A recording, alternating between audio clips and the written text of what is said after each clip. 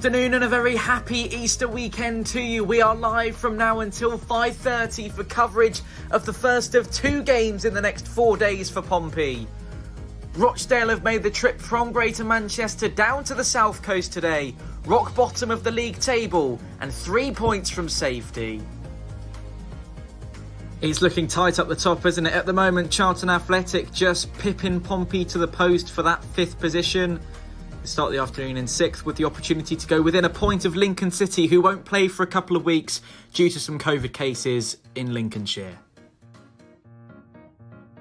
Good Friday afternoon football is what it is all about today, and build-up begins now for Portsmouth versus Rochdale, with kick-off just around the corner. Good afternoon, everyone. Welcome. Hope you're doing really well today. It's a beautiful sunny afternoon, I think, across the country. It's absolutely gorgeous. Welcome to you all. You join us live on Fournilwrittenalloverit for the first part of our two-part Easter weekend extravaganza. Let's hit with your team news. Craig McGilvery in goal. It is a back four of Callum Johnson, Jack Watmore, Sean Raggett and Lee Brown, your captain Tom Naylor, alongside Ben Close, Marcus Harness, Ryan Williams, Michael Jacobs and Ronan Curtis. So as we can see, only one change, and that is literally Marquis is out on suspension and Curtis comes straight in to lead the line, which is kind of what we're all expecting, wasn't it? Whether or not there's a bit of a change in formation, perhaps, I'm not sure. I'd be interested to see if it's two that will lead the line or if it will just be Curtis operating up there on his own. We will have to wait and see for that one. And let us know how you see that one. Jug is very happy about Close starting. Hello to Amy. Good afternoon. Thank you. Yeah, sorry about that. I had a little plan to do it for quite a while because it was getting closer and closer to April Fool's Day, and I thought, well, seeing as we're all about fun, I decided it would be a good idea to do a little April Fool's Day thing on Instagram. But a couple of people took it really seriously and didn't read the end of it, which was very funny to see. But there we go. Josh is happy with the team. Not sunny in Northampton. Strange. It's beautiful. It has been for a couple of days now. Good afternoon to Charles. Welcome onto the stream, mate. Hope you're doing really, really well. And yeah, Helen's going for a 3-0. I'm thinking the same thing, Helen. I'm thinking the same thing. Right. I think it's about time that we've got going. We've got two videos to show you today. The first one is just for a little bit of fun. It's nearly 3 years old, this video. So you'll all, I can imagine the comments will be, oh, you look really young. It's because I am very young back in the day. So I hope you enjoy this one. This was the birth of Andrew's Got Some Chips. And it was the last time we went to Rochdale to play them away from home. And good afternoon to Becky. Thank you for joining the stream. Lovely to see you. Hello to Mike, who I haven't spoken to you well. We're doing well, mate. We're doing really well. Hope you're doing well too. Right, let's crack on then, because we've got so much to get through. Here is our previous trip to Rochdale. Let's see how it went and reminisce it together. On the show tonight, Andrew's got some chips. I've got some chips. We take a look at a man's hat. I've got every badge on it, ever robbing. Oh, you haven't you? And Alexander the Negative says the word pig. Pig! Good morning, Andrew. Yeah, good morning, Tom. Good morning, Alexander. Morning. So today, Caroline has set us a Fournilwrittenalloverit challenge. We need to get as many animal names into conversation as possible. Pig! No, come on. It's got to be in conversation. We've got to be... And also, it's been 6 years today since that goal that David Norris scored, equaliser in the last minute. And you say all the time that was your favourite game ever. That was the best game ever for me. Is that your favourite goal ever? Ever. I think my favourite goal is Pedro Mendes. No, this shone that, Alexander. Remember, we was at St Mary's that day when Norris scored that equaliser in the last minute. Oh, it was a great goal. Mate, it was just the atmosphere. It's just fantastic, wasn't it? Everyone went ballistic, Pedro Mendes was also... Pedro's a great goal against Man City, but that was because of where it was and how it happened. I think that was the great goal. Anyway, show the clip, Tom. I can't show the clip. It's copyrighted by the BBC. Smaller company like the BBC. The BBC, Tom. Surely they know who we are. Well, they know exactly who we are. It's a direct competition, isn't it? Well, this is the problem. Just a bunch of donkeys, aren't they? Yeah. Anyway, so let's get to Rochdale. Rochdale today. They are fighting for their lives down on the bottom of League One, so it should be an interesting one today. Have they got like a zoo with giraffes in it, or elephants? In Rochdale? Yeah, or elephants, anything like that. I think they've got a few tigers and lions, but no giraffes and elephants. Could be some orangutans in there. Anyway, back to the football. Are you excited for today's game, Alex, on the negative? Yes, mate, very excited. And what do you reckon the score could be today? We're going to win 1-0. It's going to be quite Are you tight. lying about that? No, I think we're going to win 1-0. Tight game, but we'll sneak it. Lovely. So we have now joined the M62, which everyone knows what time it is when you join the M62. Everyone knows what happens when you join the M62. What happens? Music? You got it. It's the motorway of music, the M62, mate. Is it? Yeah. Let's do it. I like Angela, Pamela, Sandra, and Rita. And as I continue, you know they're getting sweeter. Alex, on the negative, people don't get you on.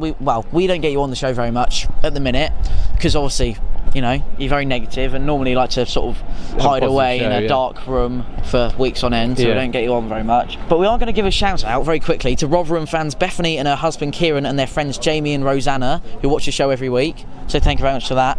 But now it's time to get to know Alexander the Negative. These questions sent in via YouTube, Twitter and Instagram. Many people wanting to know a little bit more about you. So let's start with your favourite football ground. Fratton Park. Dog or cat? Cat. Indian or Chinese? Chinese. Which skill would you like to master? I'd like to be able to do around the world. I'm not very good at it. I can do the odd one, but not consistently. Right, okay, fair enough. And what age do you wish you could permanently be? 27, Why? peak of your physical ability. Exactly where I am right now, and it's going downhill from here. What's the best thing that happened to you yesterday? You two arriving at my house. What's the best way to start the day? Shower. Get in the shower, clean off, get nice and warm, relax, open your eyes. I would have said waking up. It's probably the best way to start. I just go straight to the shower, mate. Just dive in. Thank you very much to all the people who sent in those questions. It's time to interview some Pompey fans, and we're going to find some Rochdale fans for you as well. We're outside Wilbert's Fish Bar, Tom. Team of the week, Tom. This week's team of the week, Tom, is Yeovil Town, winning 6-2 away at Coventry. And I was born there, Yeovil. Don't say that. I'm going to say it, because I was born there. No one wants to hear that. No No one wants to hear that They stuff. do. They don't. Don't Let's run that the again. viewers care where I was born. Where were you born? I was kicked out from under a horse turd. Team of the week this, Tom, goes to Yeovil Town for winning 6-2 away at Coventry. I was Coventry born have done well recently, haven't they? And Did you know I was born in Yeovil? oh, for How you doing, mate? Welcome to the show. Are you looking forward to this afternoon's game? Yeah, definitely. It's a must-win game, and Very much so. hopefully we can get the win for us. Score prediction, what are we thinking? My heart says 4-0. Very good. 4-0 over it. Hello, mate. How you doing? My brain says 2-1. Your brain says 2-1. Perfect, mate. Enjoy the game. cheers. See you Thank later. you. Hello. How are you feeling for today's game? I think we're definitely going to win, Good. without a shadow That's of what doubt. I wanted to hear. Yep. And what is your score prediction for today? Truthfully, 4-0. What I really want is a Pittman hat trick. Do we think that Pompey is still going to get promoted via the playoffs this season? I do. Do you? Because I am the lady that sees through rose-coloured glasses and thinks they're perfect. Blue, but they're perfect, aren't they, Pompey? Yeah, no, I Yes, awoke. he awoke I've from come back the dead. to waking everyone up. So how was that for you, mate? You still a little bit absolutely sleepy? brilliant. Or? Yeah, I am. You know, I am. I just said I've just woke up. No, not long woke up. Fair enough. And obviously we're with Pompey Jesus outside Rochdale. Are you up for it and are you excited for I'm today? up for it. Not 4-0 written all over it. 4-1 written all over it.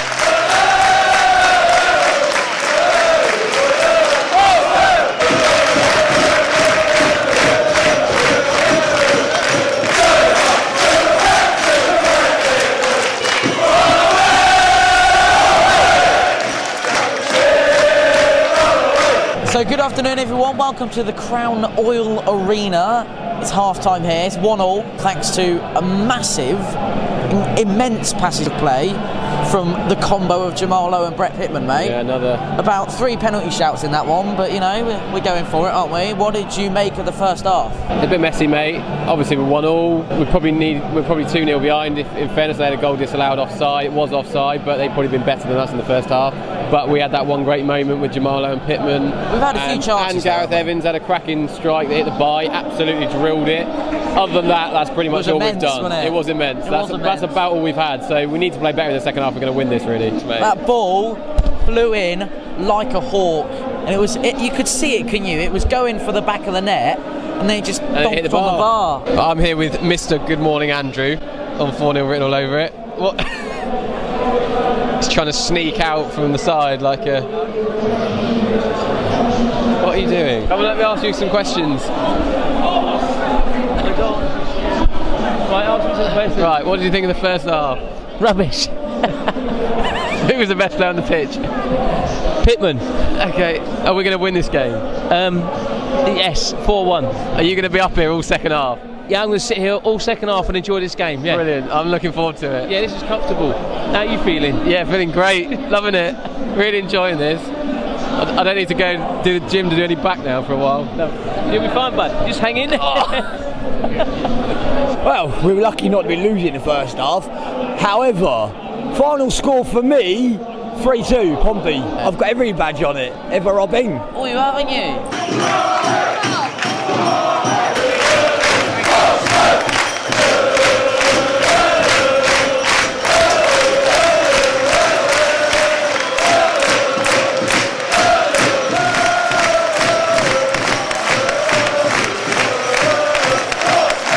So it finished, Rochdale 3, Portsmouth 3, mate.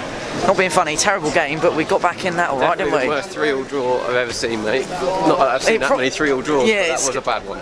It was a bad one. Got back in it though. Yeah, we showed some going, fighting spirit, kept going. We were pretty dangerous up top, we just can't defend, can we? Yeah, that's the problem. 4-0 quite. Sadly. We'll take 4-0 written all over it, isn't it? I'm good, mate, you're right. So, final assumption of that, mate, what do you think? Well, I thought the last 15 yards we looked dangerous, mate, but the other 105 we were pants. But after that, mate, are you happy with a 3-0 result? Delighted with 3-0 off that game. You look like you're delighted with a 3-0 result. Everyone else drew, didn't they? So we're okay. We're 7th still, 1 point clear, so we're in the playoffs, so that's not too bad. We are in the playoffs, pretty much. So, see you later, guys. Still within contention. So we came back, Tom, three times from being 1-0 down, 2-1 down, and 3-2 down, didn't we? So, fighting spirit, you're right. At least we got something out of it, didn't we? A point puts us in contention still, doesn't it? So, and with that, thank you very much for watching this week's episode of Fournilwrittenalloverit all over it. My many thanks to Alexander the Negative and Andrew, obviously. Yeah, thank you, Tom. Final word to the viewers, mate? Yeah, let's get home. It's a long way home. And are you excited for next week? Big game against Plymouth. Yeah, so big game. We got next week. Plymouth Van Tyrrell's coming to that one, isn't he? So that's something to look forward to. See you next week, folks. We'll see you next week. Thank you very much for watching. Keep the faith and play up Pompey. Play up Pompey. So that will be good to sort of draw a comparison to. But before we crack on with today's show, I thought we'd take you back to sort of something that happened a little bit more recently. This was February 2020, the last time we played Rochdale. It was another win at Fratton Park. So let's take a look and have a look back. This is one of the last games, actually, that we got to see in person. So let's take a look. Coming up tonight on 4-0 written all over it. John takes us on a trip down memory lane. What do you reckon? Sol Campbell, bullet header from a corner. What's the opposite of a blessing in disguise? What's the opposite of a blessing in disguise? And Andrew says, let's have some of that. Let's have some of that.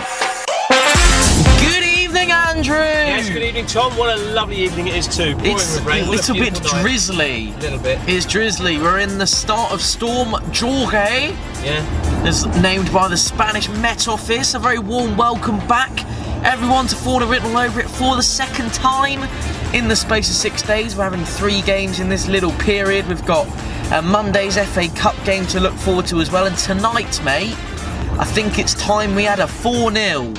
I think it could be tonight, Tom. Rochdale 0, Pompey 4. Should tonight go to plan, or should it go as well as we're alluding it to be? Pompey will be in 3rd position, just 2 points off top spot. Obviously, that's before an entire weekend of fixtures in League One, but it'll be nice to have that little slot just for the time being. And then we'll have to see how the following 11 games to go after tonight. Ooh. So 33 points left then. Well, that's the thing. So do you think that it still hangs in the balance? I think we spoke about the other night that decided Pompey's future, but is it actually tonight that properly is pivotal? Because if 3rd place with 2 points adrift of top spot, with a game in hand? No, not with a game in hand. But obviously that means that a couple of people have got to lose to allow Pompey to consolidate that position. But if this is to be, then it's got to start happening, isn't it? And the run's got to start. Yeah, I think we've just got to keep up the momentum of winning. Hang on. Oh, she's gone dark. We've got to keep up that winning mentality, because the top 6 look like they're all pretty steady now, don't they? They're all sort of winning and winning, not winning ugly, but they're winning games, aren't they? That we also need to keep winning. But our run in next, Tom, our running is a little bit easier, isn't it, than it could be? Well, if you think Sunderland and Coventry will play each other on Sunday, won't they? So that's quite helpful for us, because it's another case, we spoke about this on Tuesday night, it's that people around us have got to play each other. Yeah. So that kind of plays into our favour a little bit, but oh my God, what keeps happening with this thing? Failure. No, what's the opposite of a blessing in disguise? For the first time ever on a Friday night in Fournilwrittenalloverit history, Andrew, will you do the honours? Let's get some music on, Tom. I feel so sad.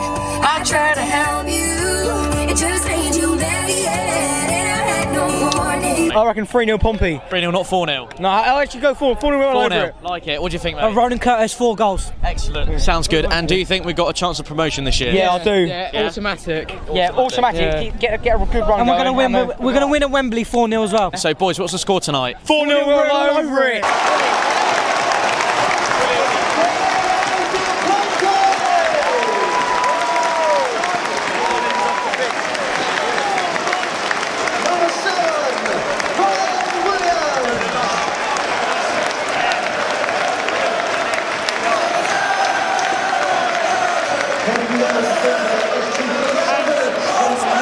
Yeah, so I think we're doing all right, and I think a goal at that sort of time of the half is fantastic. So yeah, I think onwards and upwards. 3rd in the league tonight, 2 points behind the leaders. Obviously, they've all got a game to play extra to us tomorrow. We've got some hard ones away as well, haven't we? We have, yeah, but some have got to play each other. Coventry got to play Sunderland on Saturday or Sunday, something like that. So Sunday. I fancy it though, boys. I think it's quietly getting on with it. I think we might just about sneak in.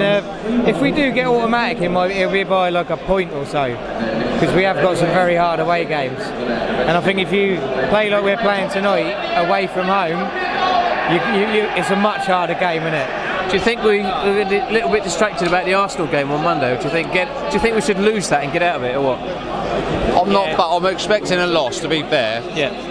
And I don't want us to get whitewashed, because the confidence dent thing sort of thing, but at the end of the day I'm expecting us fully to lose. If we don't, we are Pompey, we can do anything, but I'd like us to get out of that and concentrate solely on the league. Realistically, if we beat Arsenal on Monday, it's an unheard of result for us at the moment, isn't it?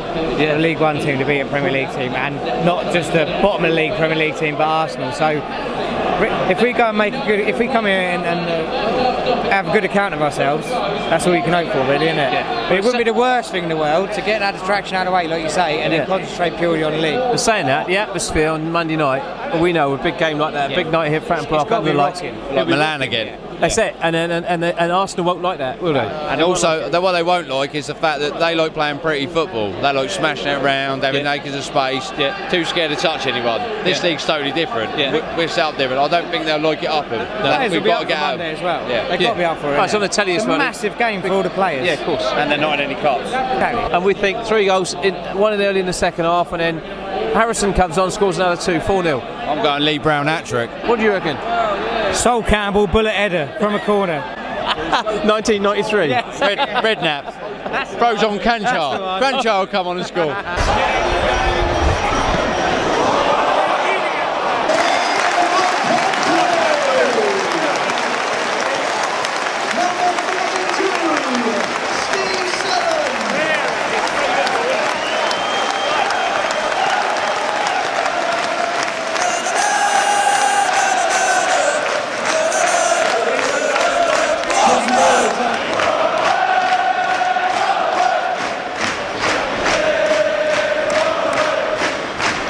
Well, there it is. It wasn't quite to be tonight, mate. We thought it was going to happen for the first time in our history on the channel.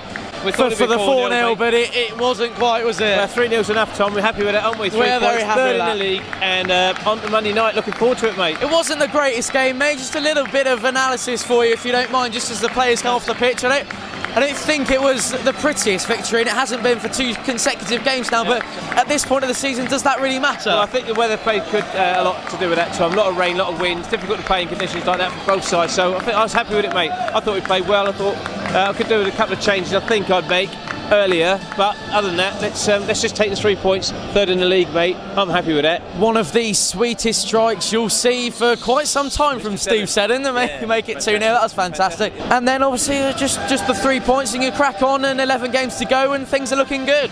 Yes, mate, we're not worried about Arsenal Monday night. We'd maybe just beat them nicely on Monday night 4-0 and then get to maybe Tottenham away the next round.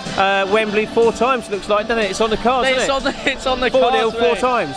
And you looking for, you think, we said earlier in the car that this game might decide Pompey's future for this season.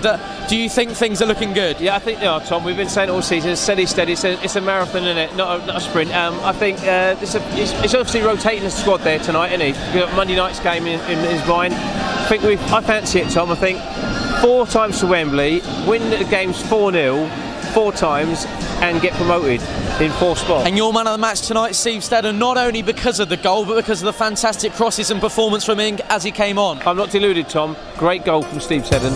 Left foot. I said that all the way through. Should have been on at half time, maybe just before. But again, great strike, wasn't it? Let's have some of that. Let's have some of that. We'll see you on Monday night against the Gunners. Yeah. We welcome Arsenal to Fratton Park, where Mike Dean will make an appearance here at Fratton Park. We're all very much looking forward to seeing him. We will join you for that one, myself and Andrew, alongside Ollie, and hopefully Sam will give us a little bit of an input at half-time as well. But for now, until then, have a fantastic weekend, everyone. Keep the faith. And play up Pompey.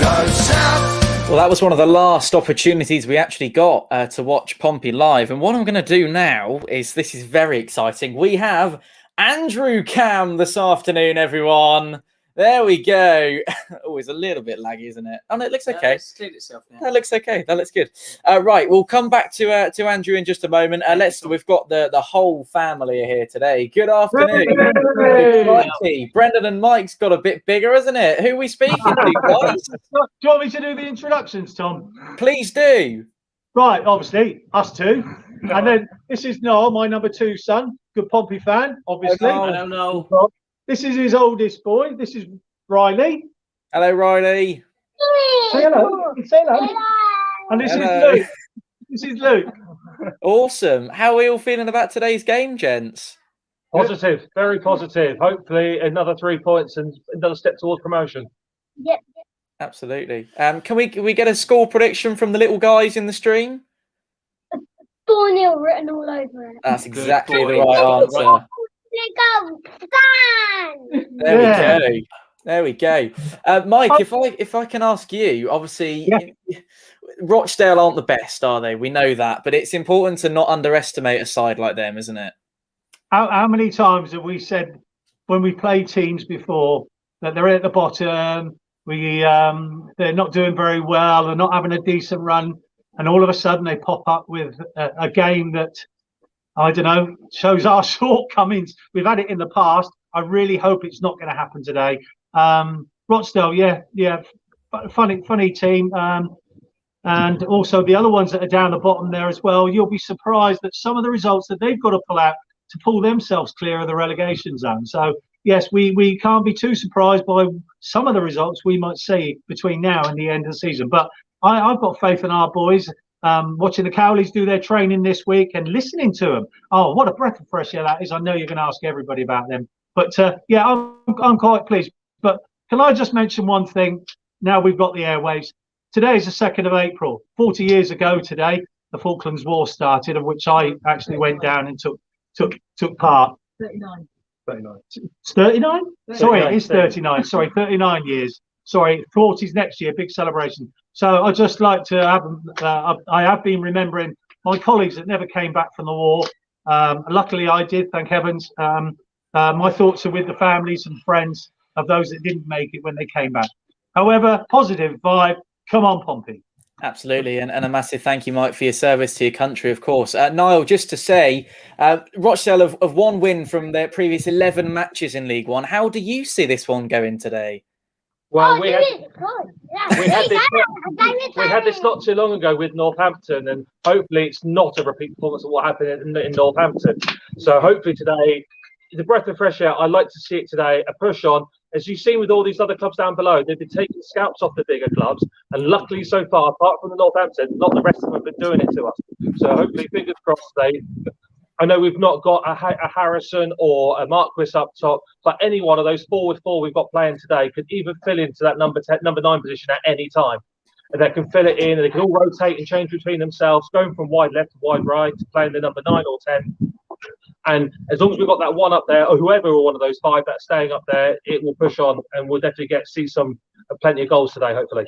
We've lost one, but gents, your thoughts on the team lineup this afternoon? Obviously, you're going to be partially obscured for the moment. Brendan, are there any surprises in there for you? No, not at all. It's exactly what we predicted earlier this week. Aaron put it in our group chat earlier this week, and this is exactly what he predicted, and this is what we're playing.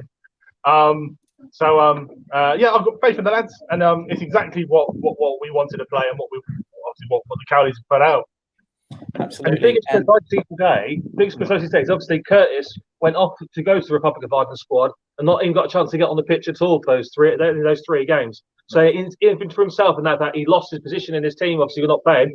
He could have easily lost his position today if everyone was still fully fit. So he's got to think to himself, not just pushing in front of the Cowleys, but he's got to think back to whoever the Ireland manager is going to be, or if it's still the same Ireland manager. He wants to push back and say, yes, I know. I want to show the reason why you should have been playing with me those last 3 games. But even the substitutes that we've got like Jacobs that's there ready to come on, or Harvey White. We've still got goals in these guys, and even Byers. If George pulls it out of the bag today, if he comes on, yeah, we have got goals all over the park. And I think under Kenny, but that's one thing we did have. We did have goals all over the park. But yeah, I'm quite pleased with the selection today. Gents, enjoy your afternoon. Enjoy the sunshine. We will speak to you. I assume we'll be speaking to all of you at half time. Very much looking forward to it. Okay, that's all right. That's fine. Enjoy. If the boys get to see it, enjoy the game. We'll be back with you very shortly. Oh, they'll see it. Cheers, Tom. Cheers, gents. Bye, Andrew.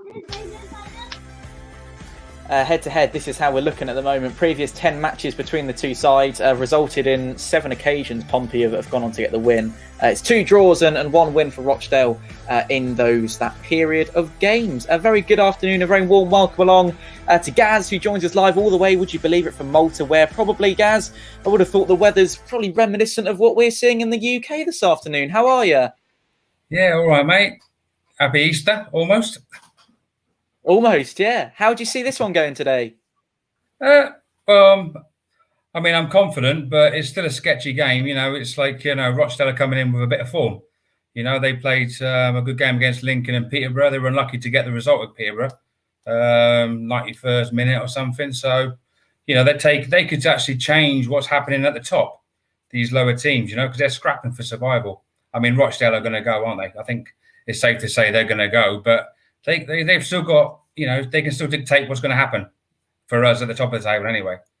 Andrew, if you're sat here at the minute and you're thinking this is this Rochdale side that we're playing today, do they have any hope? And as Gaz has just been saying, what can they realistically hope to get out of this afternoon? Well, they're in big trouble, Tom, aren't they? Let's face it. You don't want to be where they are with 10 games to go, do you? For sure, that's 30 points. They've got to win probably 8 of them to stay in this league, haven't they? So today, I fancy it, Tom. I know Gaz has mentioned the 2 results we've had recently. None of these teams in this division are particularly that poor, I don't think. They just happen to be not as good as some of the others and scored so many goals. It's obvious to say, but I fancy it, Tom. I think this could be, looking at what Cowley's been doing during the week with the players and listening to how they were. Saw them mic'd up last night, didn't we? Which was excellent. Mic'd up last night. Have you seen that, Gaz? Brilliant, isn't it? That's the attitude. Yeah, it was fantastic. Yeah, it was literally, he's literally stripped it back. You know what I mean? He's like inviting people in. He's engaging not only with, the players, but the fans, Yeah. I mean, it was positive all over social media platforms, Twitter, Facebook. I've never seen so much positive energy in the last 4 years in amongst so many fans. Do you know what I mean? So, there's such a consensus of that, wasn't there? That it was so many happy Pompey fans around at the minute. Absolutely. And also, I think they're happy to do it as well. It's not like they're being press ganged into doing it. I think they like having the openness. Literally, this is what we are, So basically, long may it continue. So, and going back to the Rochdale, I mean, like I said, they've conceded 67 goals this season. So this could be a 4-0 written all over it. Could be. But having said that, though, Gaz, I know we'd all love to see a 4-0, but they have actually conceded 19 goals and scored just 6 in their previous 11 matches in League One. But in their last 2 games, they've scored 5 all of a sudden. And as you mentioned, just as we started speaking to you, that came against Lincoln and an exciting 3-3 draw against Peterborough. So and for us as well, we haven't had 3 in a run, 3 wins in a row since last October. So basically, we've had draws and we've had wins. We haven't had 3 in a row since last October. So this is another statement, for Portsmouth Football Club, and also, for the new management team to say, look, we're here because we are Portsmouth Football Club, and to get a result today, and then to go into Monday as well, the confidence is going to be, oozing throughout the squad and the team. Absolutely. Gaz, really appreciate your company. We'll speak to you at halftime and perhaps later on as well. See you for a minute. See ya. Cheers, mate. This is how we're looking at the moment. Form-wise, obviously, I don't know if there's too much to discuss in terms of form. But for Pompey, anyway, it's been 2 really good wins recently, hasn't it? And the league table, slightly outdated there. Pompey are actually 6th at the minute, but there's a game going on right now, so that hasn't changed. But points tally is exactly the same. And Rochdale, as I said at the top of the show, are rock bottom of the league, 3 points from safety. We'll be back with Andrew in just a moment. Good afternoon to you both, gentlemen. Thanks for sticking around, and sorry for being late. How are we both? Very well, very well. Yeah, mate, all right. How are your legs feeling, Richard? You've been out on a marathon this morning. No, not quite, but back out again tomorrow. Just making the most of this weather, isn't it? Because we're due snow, I think, on Monday. So not that you'll see it down on the south coast, but up here it's going to be a bit grim, I think. But absolutely. Poirier, I saw your comment, mate. Seems like there's constantly reasons to be praising Danny Cowley, doesn't there? No, he's doing wonders, mate. It's so nice to see someone who's like outgoing and wanting to actually engage with the community and do so much for the club within so little time. It's just so nice to see just that ray of someone who just is an outgoing person, like wants people to know who he is and wants people to know every move he's doing. It's just nice to see. It really is. Yeah. And Andrew was just saying there, Richard, but so many like subtle little changes that have just seemed to really work, haven't they? And I don't know if you watched the mic'd up or if you've been mentioning some of the interviews that you've been watching, but everything just seems so refreshing, doesn't it? Still. That's it. And the thing, I watched it last night, the mic'd up, but the thing is, the little changes appear to be massive changes, just the little tiny things that he's doing. And I know that he did the mic'd up thing with when he was at Huddersfield as well. I'd seen one of them when I'd scrolled down one of the feeds, running down on South Sea front, being stopped by Pompey fans, chatting, openly chatting to them, and this, that, and the other. And it's just something we're not used to, is it? And going into today's game, like the side is super strong. The performance we had last week for the first half, keep that over for the 90 minutes today over a weak Rochdale team. They are struggling. Okay, they've had a draw and a win in the last 2 games, but I'm sure we're a lot stronger than them. And when you look at the way the pitch is, that's absolutely stunning, isn't it? It's something I'd love to be in the North Stand now, soaking up the sunshine. So. Absolutely. Good afternoon to Sean Meads, who's joined us live on Fournilwrittenalloverit, and a very warm welcome to Kit as well, checking in. And it does have to be a win today. I put that one to you, Poirier. We're looking at a 4-0 perhaps today? I think for me, the most important thing is a clean sheet. I think, yes, it's nice to score. Like, obviously, we have got a striker drought, but let's focus on the back and trying to improve that while it's strong, because we know the attack might not be the best today, but I think the main thing for me is I think a clean sheet would be really beneficial for going forward as well. I mean, because it is weird. Rochdale are quite giant slayerish in the past couple of weeks when they got rid of a top team. But I think, maybe a 2-0, 3-0 would be a really good result. But it's all about that clean sheet for me. Just going to take a moment. I know he's probably listening, but a big shout out to Barry Coe, who is the landlord of the Jolly Drover pub near Petersfield. He listens every week. He's mid-60 now, so he's not the most technologically advanced human being. We all know about that. We're sat alongside one person who's not particularly, although he is the sort of technical director, he's not particularly advanced. But welcome along, Barry, and thank you very much for joining us. Just to you, Richard, I was going to say, does the recent games that Rochdale have managed and the points that they've managed to come away with, does that worry you slightly going today? A slight uptick in form from a side bottom of the league? No, I say they lost 2-0 to Shrewsbury. I say they've had a little bit of a boost by a couple of results, but I say it's not going to make any difference. Today, I think it should be a clean sheet and a very high scoring match. And the only thing that sort of thing of doubt in my mind is Curtis up front. Yes, we know he's good on the left and he can cut in well. It's whether he can actually provide the goods when he's leading the front line today. He's got to, him and Harness have got to talk to each other, make sure when he's been looking at the way they've been training as well, as in they're not preempting. Well, they obviously know that the pass is going to come, but they're not overshooting the pass and as in running too far forward. So they're having to hold back. They want them to run onto the ball, and to actually. Which it means the balls, pass a lot quicker than to other, to the other play, our other players. But yeah, that's the only doubt is Curtis. But I think the rest of the line are close, phenomenal. He deserves that place ahead of Cannon, and I think if he carries on, I think Cannon will remain on the bench for the rest of the season. I think and just come in, around about the 70th minute. I mean, I'd hope that. Oh, I was going to say. Oh.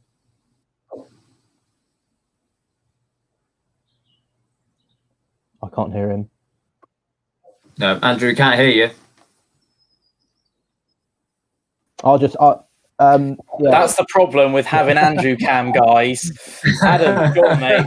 I was going to say, yeah, Curtis will probably want to go out there and try and prove a point today because obviously, the disappointment with Ireland and obviously their results as well. He didn't even make the squad, so one would hope that he would go out there and really try and prove a point that he does deserve space in that squad or even in the sub bench. So yeah, it's obviously a disappointment for him going away for that weekend and missing out on a lot of time with the Cowleys, but hopefully he goes out there and try and prove to the world that he does deserve a spot in the Ireland squad.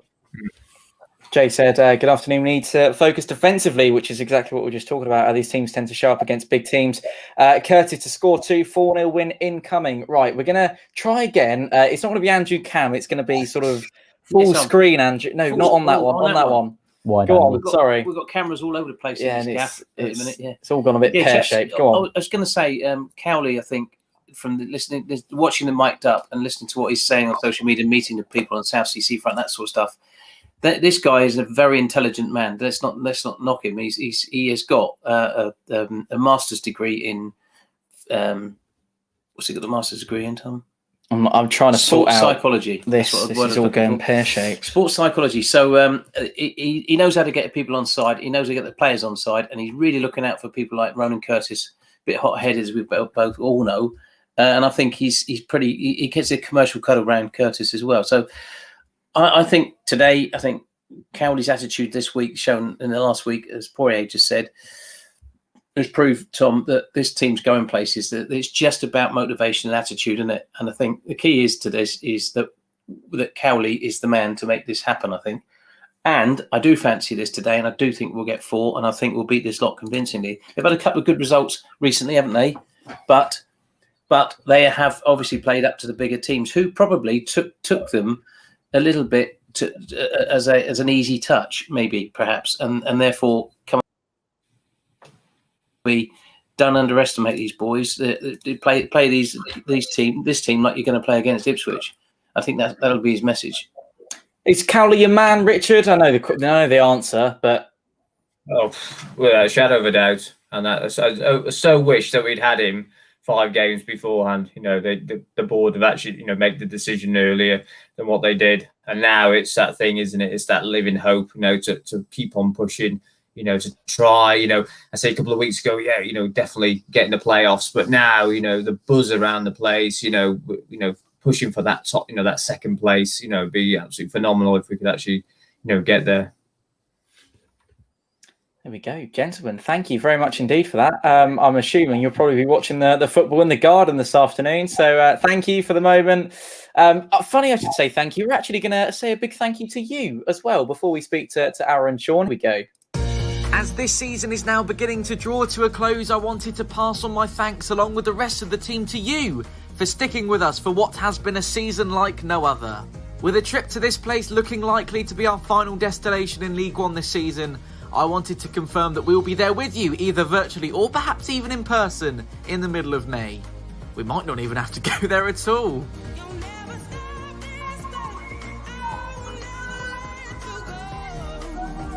Given we've all been stuck at home for such a long time, it is incredible to think how far-reaching our show has grown, as well as the friendships we've made along the way. For now, though, we have a run-in to focus on continuing our build-up now to the action from kick-off, which is now just minutes away. There we go. Sean, always wait till the link's finished, mate, to unmute the microphone. Otherwise, we get feedback. Sorry about that. Anyway, good afternoon to you both. Thanks for being with us. Aaron, I was going to ask you, we haven't got an out-and-out striker on the pitch this afternoon. Is that a concern for you? Not at all. Not at all. Ronan Curtis, when he actually started out in Ireland, he was a striker. So as he's come back from international, I reckon that Cowley's put his arm around him today and say, look, don't worry, you're the target man. You're the main person I want to be in control of this team today. Everything's going to be coming to you, your speed, your agility, your attitude. Just go for it. If you see a shot, take that shot. He goes, I want at least 2 goals from you today. So I've got no problem with him at all. Sean, any doubts about the lack of attacker?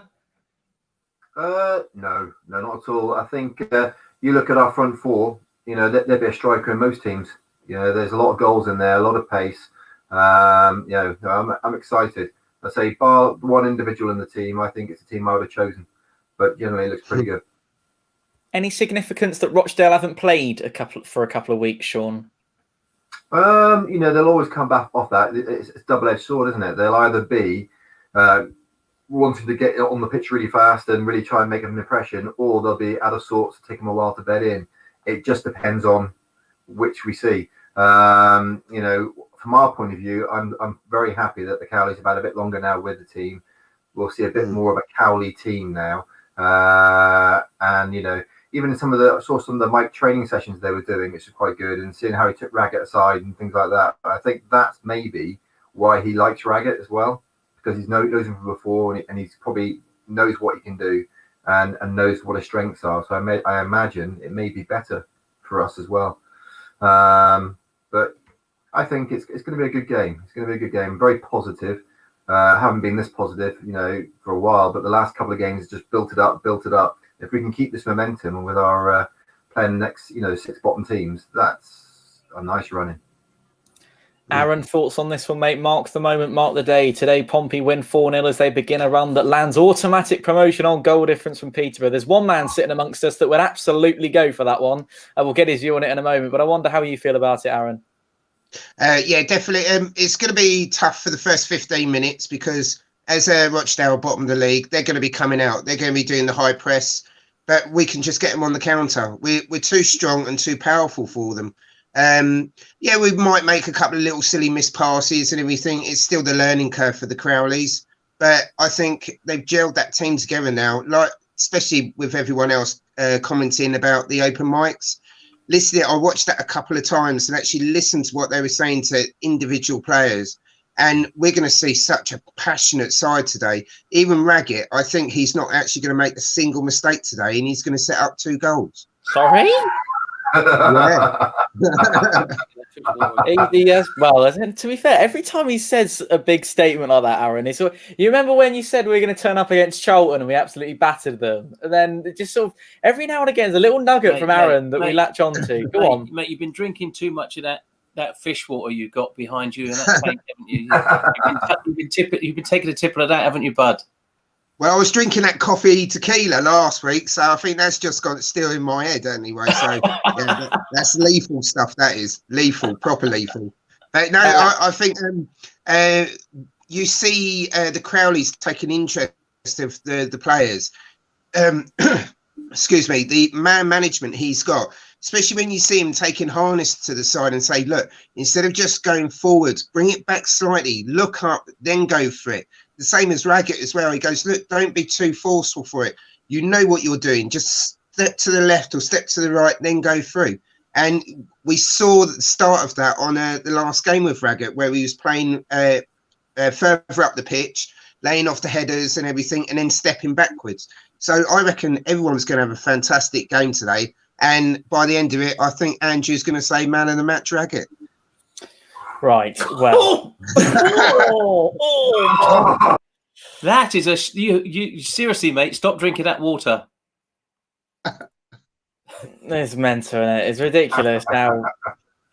Anyway, well, Aaron, we might, mate. You might prove us wrong. Gents, what I was gonna say is that what is the Dodgers situation this afternoon? I would imagine you got some jam and creams at your end in Watford. I don't know what the situation is in Devon, but he's gone to grab them. There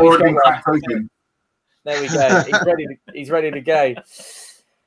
Yeah, I think how much difference does today make, Aaron? I was going to say that, had he who not be named in charge, we might have been sat here thinking, oh, Rochdale might come and do a number on us today. It would just be like Pompey to have that. So it's incredible, isn't it? How much one man can do. And we've seen it with the mic'd up, haven't we? How much confidence he can inspire in such a short space of time. It's remarkable what he's done, isn't it? Oh, phenomenal. We would have been sitting in 12th by now. And we were like nowhere to be seen under that other person. But now we've got belief. We have now got commitment and everything. Everyone's bursting with confidence. And he said, look, at the end of the day, the playoffs are there. But if we win every single game, we might actually just get into the automatics. And so it's like, you've got nothing to lose now. Let's just go for it. The other teams around us are playing each other and we're playing the bottom half of the league. But we've got nothing to worry about now. Let's just push on and go for it. We've got 10 games to go. If we can get 27 points out of them 10 games, or even win all them 10, that's 88 points. So that could actually be automatics. But I think in as long as we win the next 3 games, automatics is virtually a dead cert. Ooh, that's a big statement as well. Lincoln aren't playing for a couple of weeks, aren't they, Sean? Yeah, I'd say playoffs, but I would agree with the whole the Cowley confidence that's come in, and credit his brother as well. So there's 2 of them, but they are the confidence they've given the team is immense. You can just see it, and they were broken men a couple of games ago, and now they're springing their step, and it's nice to see. And I think we'll mess up one game in the run-in. We always do. We'll make it hard for ourselves, but I think Milton Keynes as well. It'd be the Milton Keynes game that we mess up. Yeah, it could be. But I look at it, I think playoffs. I'll be happy with playoffs. Automatics, I'll be delighted. But I just think it might be a step too far. How long will it be before you say autos? Do you think? How many more wins do we need under our belt before you come over to the autos party? If it's still available after another 5 games, then I'll be there. Okay. But we would have to pick up all 15 points in the next 5. We'll take that. I think, Sean, you need to drink some of Aaron's fish water, mate, and eat a few more jammies. And that will sort you right out. There we go. There was one other thing I was going to add as well, and it's completely gone out of my head. I was going to ask you, actually. Yeah. You haven't sort of told us, gents, if you could just hold on there for 1 second. I was going to say to you, you haven't actually told us yet your thoughts on this afternoon, and we're almost 10 minutes from kickoff now. I don't waste too much time, Tom, because we can talk any time, can't we? But we can. I agree with Aaron. I think we will finish in autos. Maybe not win the league, but we'll finish in the auto spots. I think, and only because of the attitude of these players and the attitude of Cowley. Sean mentioned the players were broken men 2 games ago. They weren't the only ones, Sean. We all were broken men 2 games ago. And now we've all got the excitement of watching our team play football again, the way we want to watch them play football, with the attitudes right. And that's all we asked for, wasn't it? That's all we're asking for. And we're in 6th place as we sit here because of the result. What's the score so far? Is it I believe I believe it was it has. Charlton winning. I'm not sure. I don't think it's finished quite yet. It doesn't matter too much anyway. We're in 6th place, might have done. but we'll move up if we win today, obviously, because we will. Yeah. And the point is, I suppose, Rochdale have been underestimated by the previous 2 teams, I think, and I don't think Danny Cowley is going to fall into that trap. He's here to prove himself. The players have got to play for their places and for their new careers, haven't they? There's 7 or 8 of them out of contract at the end of this summer. So if they don't prove themselves to Danny Cowley and to Mark Catlin, they won't have another job in the Championship next season, will they? So it's all to play for, isn't it? It is. And now you look at it, and I think Rochdale, we will soak them up for the first 15 minutes. They'll play the high press and passion, like Aaron said. But we have better players. We should be able to outplay them. So after about 15 minutes soaking up their pressure, we should be able to break them down. And we hadn't had goals for a while, and suddenly the goals all started to come again, and it's just like suddenly, I like the front four. It's pacey. I want to see Jacobs threading those balls through and behind the defence and just seeing how it goes, and it could be interesting. Sorry, Aaron, you had your waiting patiently backstage. I believe you wanted to add something. Yeah, it finished 1-0. So we win today, we'll go to 5th, guaranteed. Okay. We win today, we're 5th. Point off Lincoln as well. It'd be a point behind Lincoln, but Lincoln are dropping off. They've got so many injured players, and don't wish anyone to have COVID, but they've got quite a few COVID cases as well. But the majority of their quite a few postponed fixtures, haven't they, as well? So that will set them back a little bit. Yeah, big time. And I don't think they can get back from this now. So all we've got to do is just win today and then win on Monday, and then try and keep that pressure with the top of the table. Like, you got a big game coming up. You got Sunderland and Peterborough as well. That's going to be a huge game for them 2 teams. So, but all we got to do is concentrate on us, get them 3 points every single game, and then just go for it now. I wonder what the odds are, Sean, on 2 4-0s against Rochdale today, and then away in Greater Manchester against Wigan. What do you reckon? Might be worth a flutter. Might be. Obviously, Andrew would sit here and say, yeah, absolutely, no question. Gents, I just wanted to remind you, and everyone who's... Sorry? Ask Rasmus for Don't ask him. Don't ask him. He won't have a start for Pompey again. Gents, just wanted to say, before we get going, a couple more things just to do before kickoff. But if you're watching this right now and you're expecting a couple of Pompey goals to go in, well, you're in luck, because last week when a Pompey goal went in, this happened. It's Ryan Williams finding Callum Johnson in the box, shot from Harness, and it's 1-0. What a goal! He thoroughly deserves that. Marcus Harness, you absolute hero. That's a hero. So that's what happened last week. Would you just like to just tell us what was going through your mind when don't say what was going through your mind, but what were you thinking at the time when that went in? I was thinking autos, Tom. Oh, it had autos written all over it, did it? Exactly. Yeah. Exactly that. Yeah. Gents, what was your reaction to seeing that? I saw you both laughing, but I had to watch it back because someone sent it to me on Instagram. I was like, oh, crikey, that's a bit of a reaction and a half, isn't it? I think it happened. Love it, mate. I think it happened when Ellis Harrison scored as well. Just finally then, as we're getting closer and closer to kick-off, gentlemen, a score prediction from you both. Sean, what are you thinking?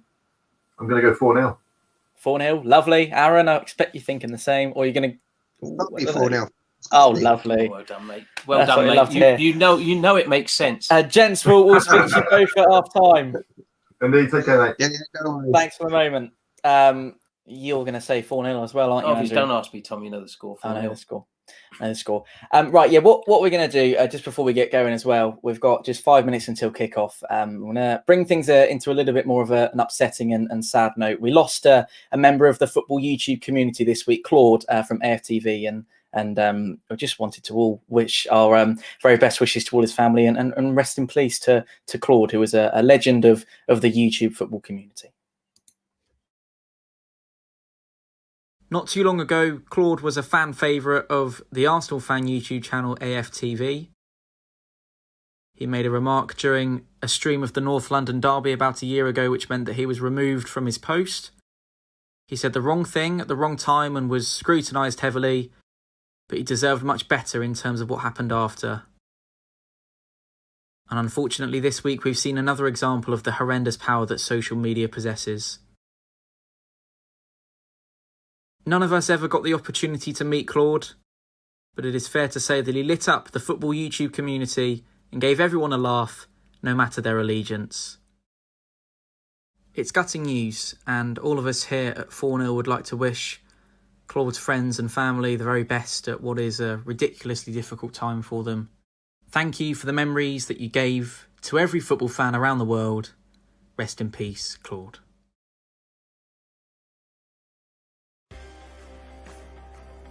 This is only the 7th occasion in the history of English football that these two sides have met at Fratton Park. Coverage begins in just a moment. That famous video that plays on the screen at Fratton Park is being rung around the stadium at the moment, and the that music as well with all the goals going in from years gone by. We've all been mentioning over the last couple of minutes that it's been a really sort of happy stream in terms of everyone's really looking forward to seeing what this one brings, Andrew. Yes, mate, they are. And, and I don't think you can blame them, can you? Because there's so much to look forward to, and everything's so happy and positive in terms for Pompey because they've had 2 really good games and people can see where this might go now, and they're pleased with what they're seeing, perhaps, which is something we lost quite a while ago. Yeah, I think that's it, Tom. We've been battered for such a long time. Now we've got this adrenaline, this excitement, this great team of players that we've got there. We've said that all along the last 3 seasons, we've got some great technical players. It's about getting the best out of them and motivation, isn't it? And that's been the key to the success of the Cowleys, I think. And credit to Jacket, he brought in some very, very good players. He just couldn't motivate them like Cowley can. He didn't have it in his locker, did he? So it's easy to pick players if you've got the money and pull them in, isn't it? It's about getting those players playing the right formation and playing together. The camaraderie between them, Tom, incredible these days. Look at it. It's such. Look at them now on the pitch. Look, every man but one is congratulating each other before kickoff. Great, isn't it? Great to see. Here's your team news, just in case you missed it earlier on. Craig McGilvery in goal. It's a back 4 of Callum Johnson, Jack Watmore, Sean Raggett, and Lee Brown and Tom Naylor, Ben Close, Marcus Harness, Ryan Williams, Michael Jacobs, Ronan Curtis. So pretty much unchanged, apart from obviously John Marquis coming out of the team, as he has had that red card that was that didn't get an well, it did get an we appealed it, didn't we? But it didn't get any didn't get rescinded, which is a shame, really, isn't it? And I think we were all sat here with fingers crossed, but we weren't expecting a rescindment to happen, were we? And unfortunately, that's sometimes the way, isn't it? But we are now just a minute or so from kickoff, and we're really looking forward to bringing you this one in the afternoon sunshine. It's a Friday afternoon. It's an Easter weekend, and the sun is blazing down on Fratton Park. Let's hope that the weather is a metaphor for what we can look forward to this afternoon. And the pitch, Andrew, looking superb in all its glory today. Beautiful, mate, isn't it? Looking really good. How is Andrew Cam, by the way, everyone? Hopefully it's working well. It looks like it is. It looks like we're much more spaced out across the screen, instead of us being we're sort of bunched together before. Well, we weren't really, because we've got this wall here, but you were kind of right in the corner. So hopefully we're on the same level, and it's all looking good. So let us know if Andrew Cam looks all right. Your Rochdale team in goal, Gavin Banzunu. It's a back 3 of Gabriel Osho, Paul McShane and O'Connell. And then it's a midfield 5 of Matt Dunn, Connor Grant, Ollie Rathbone, Connor O'Shaughnessy, Jimmy Keohan. And then up top, Kwandwo Ba and Jake Beasley, as well as the Pompey team gather for a bit of a huddle. Oh, and they're doing the same. They're doing this as well. Huddles aren't few and far between, are they? No, but it's not been seen at Fratton Park for a long time, mate. No, it hasn't. This is true. It hasn't been a huddle at Fratton Park for quite some time. Andrew is looking so intense already, says Sean, the legend. Ledge, you know where it's at, mate. He's excited. Remember that time at Carlisle away? Remember that, mate? Where else were we? Nottingham away, Notts County. Well, lots of away games, but those in particular stick in my mind. But Danny Cowley's saw me getting excited about the goals going in. Danny Cowley's got his hand wrapped around his wrist, ready to click on his watch when the first whistle of the afternoon goes. The players take the knee and we will get off and underway. Namaste from Nepal. Good afternoon to you. Thank you for joining us. We are ready to go, and it is Rochdale that have kickoff, and we are now underway, and the sun is blazing, as I said, and we are off at Fratton Park, and it's gone straight out for a Pompey throw-in, and it'll be Lee Brown that takes the first one of the afternoon now. Living the dream, living the dream. We do have a beautiful stadium, says Noel. We do indeed. A beautiful stadium. It's a beautiful place. Callum Johnson now. And Jack Watmore. Beautiful men. Beautiful men. Marcus Harness, who's found his shooting boots in the last couple of games, having gone 19 without a goal. I think it was 22 without a goal. 22 games could have been without a goal. Something ridiculous like that. Looking good on the Andrew Cam, says Chris from Bergamo in Italy. Good afternoon, guys. Enjoying the morning sun. Bergamo in the Italian sunshine. Absolutely. Jack Watmore now fires one aloft, and Ronan Curtis could only watch as Ollie Rathbone takes that one down. It'll be the first free kick of the afternoon that has been conceded. And already Ipswich Town are a goal up against Bristol Rovers. That is the first goal of the afternoon, and it goes to the Town. So Paul Cook getting things going from minute 1. It's Gwion Edwards that's got the goal inside 2 minutes, which is crazy if you think about it. What was the earlier score, Tom? The earlier score finished 1-0 to Charlton against Doncaster. So not a bad result from a Pompey point of view. Whistle's blown for some sort of reason. I'm not quite sure what it is, but it's blown nonetheless. I think it was Callum Johnson who conceded the free kick on the edge of the box, minute and a half. It's been played at Fratton Park, and the ball's down on the deck. A little bit of a push, actually, from Callum Johnson there. Not too much in it, but the referee spotted it nonetheless, and off and underway with the first free kick on that left-hand side. This will be... I believe it will be Matt Dunn, who's the 32-year-old Englishman. He scored a goal already this season nearly 10 games to go, but he has scored a goal and provided 2 assists. A free kick's been taken in a sort of something that looks like it worked in on the training ground, but that one definitely wasn't from Ollie Rathbone. It's a really wayward ball in, and it sort of went over everyone's head and then ended up in the Fratton end, Andrew. You can tell they're bottom of the league by that little movement, can't you? No disrespect to Rochdale. No. Interesting, Tom. Danny Cowley on the touchline already orchestrating to the players. We've seen something he doesn't like right away, and he's talking to them, which is great news, isn't it? It is good news. There's Rasmus passing the ball well. Tom. Rasmus, sorry, it's Ben Close, and that one's just trickled out of play there. Lee Brown couldn't keep it in. Perhaps the dazzling sunlight. Do you prefer us this way round, or do you want Andrew on the left and me over here? It matters, mate, does it? I reckon that looks okay. It's fine. We'll keep it like that for now. Good afternoon to Jack. We're doing really well, mate. Obviously, only first couple of minutes. Hopefully, Pompey can get some goals in the back of the net and get that scoring record going once again. And Sean Raggett's cut a ball out that was initially aiming for Jack Raggett. Beasley. Hasn't made a mistake yet. 3 minutes in. Aaron was saying he wasn't going to make one all afternoon. Aaron's been drinking too much fish water. We'll have to wait and see on that one. Here's the ball up. It goes back to Gavin Banzunu and the Rochdale goal. It's all the way up to past halfway and hits Jack. Well, doesn't hit Jack Watmore on the head. He rises for it. Callum Johnson now working his way down the right-hand side of Pompey. Heads into the shade of the south stand. And Marcus Harness now tries to thread in Ryan Williams' intake of sharp breath from Andrew suggests that was a decent opportunity. But here come Rochdale, and it's actually Kawankwo Bar that's made a lot of ground. And Ollie Rathbone will pick it up. Referees prepared to play on, and that one will almost, oh no, it doesn't come to nothing actually, and it's actually a corner that's going to be conceded by Ben Close, but he's going to hold the fort there at the moment, the referee. Just going to check that Bar is okay. Bit of a reputation, this guy, for being a little bit whistle happy. Who, Bar? Or no, he doesn't have a whistle, does he?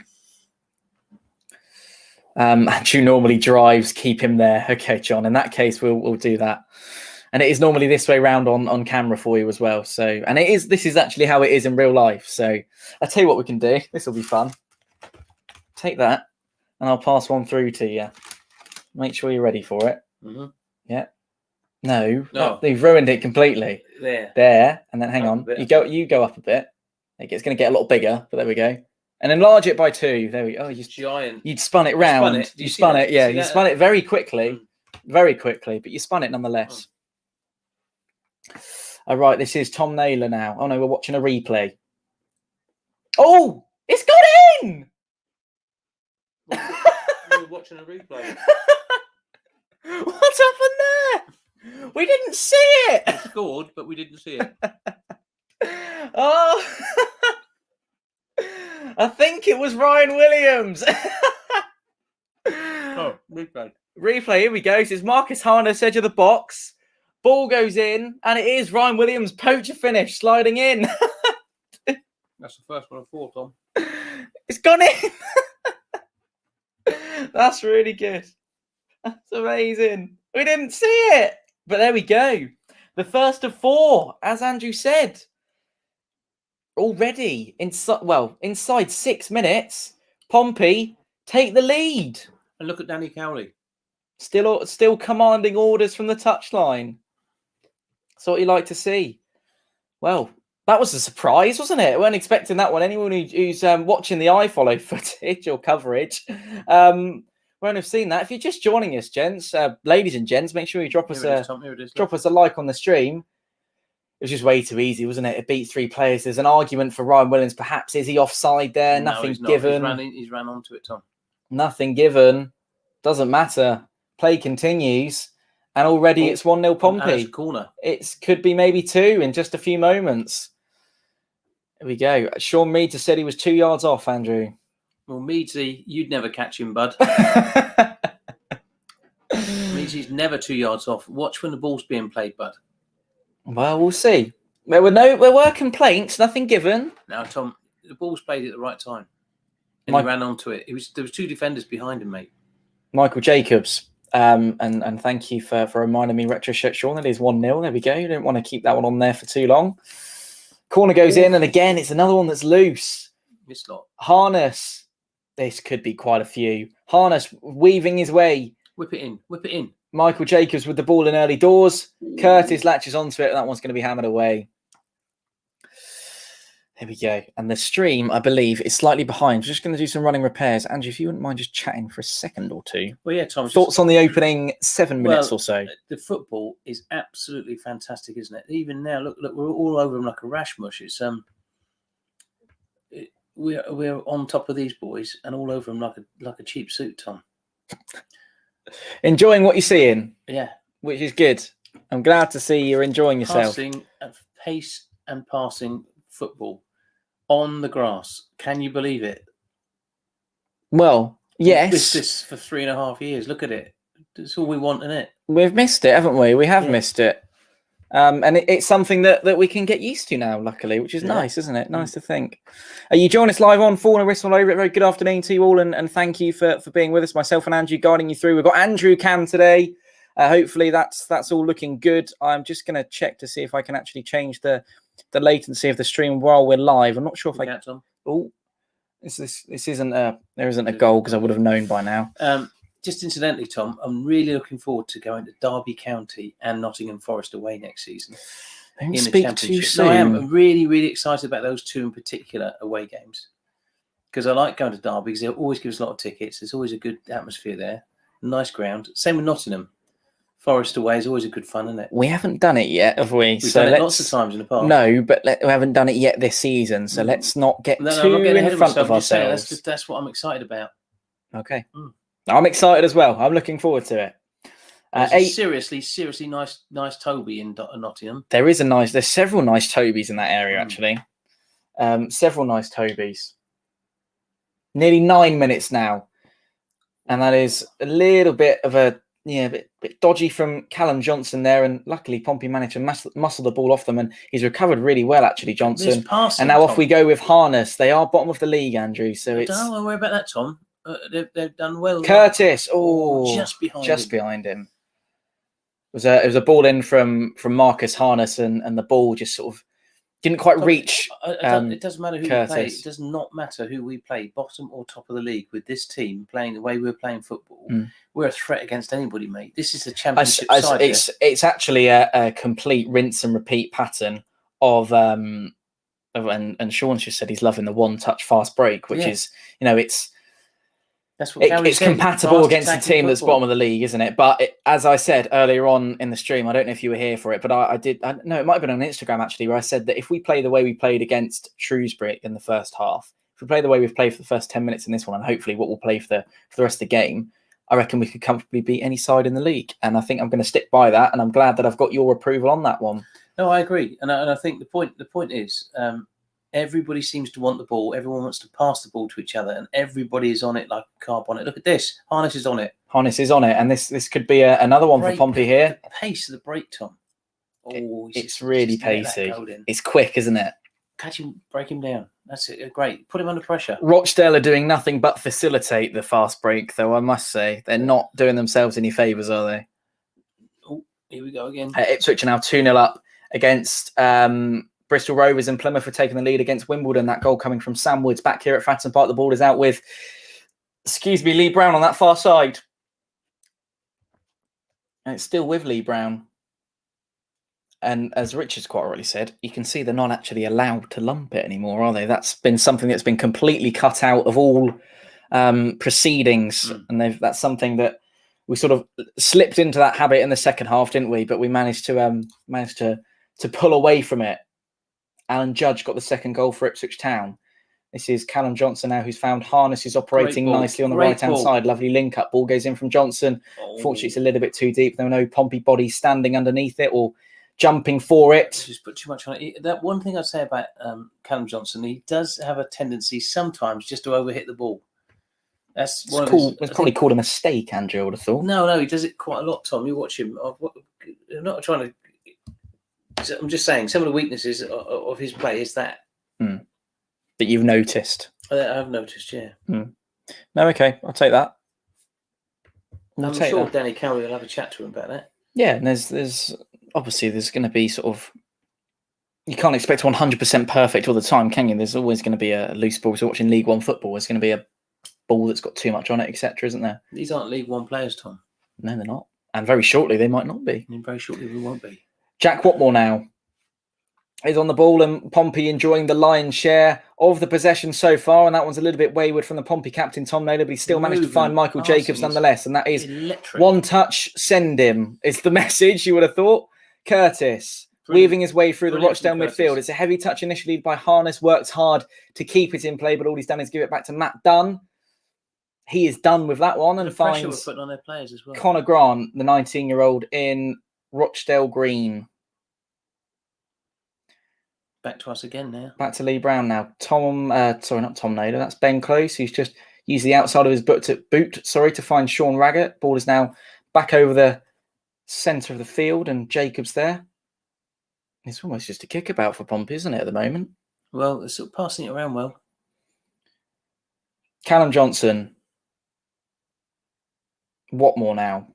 Sort of times where Pompey are on the offensive and then times where we're happy to sort of retract and keep the ball. So all good from our point of view. This is Ollie Rathbone now. He's had it nicked off him by Ryan Williams. Bit of a tumble there. Referee says he got the ball in the challenge. This is Connor Shaughnessy, whose pass is almost directed directly at Lee Brown. Great, and this is Ryan Williams now. And he's been taken out completely. Referee's not going to blow up for that one. He's going to give a throw in to Pompey nonetheless.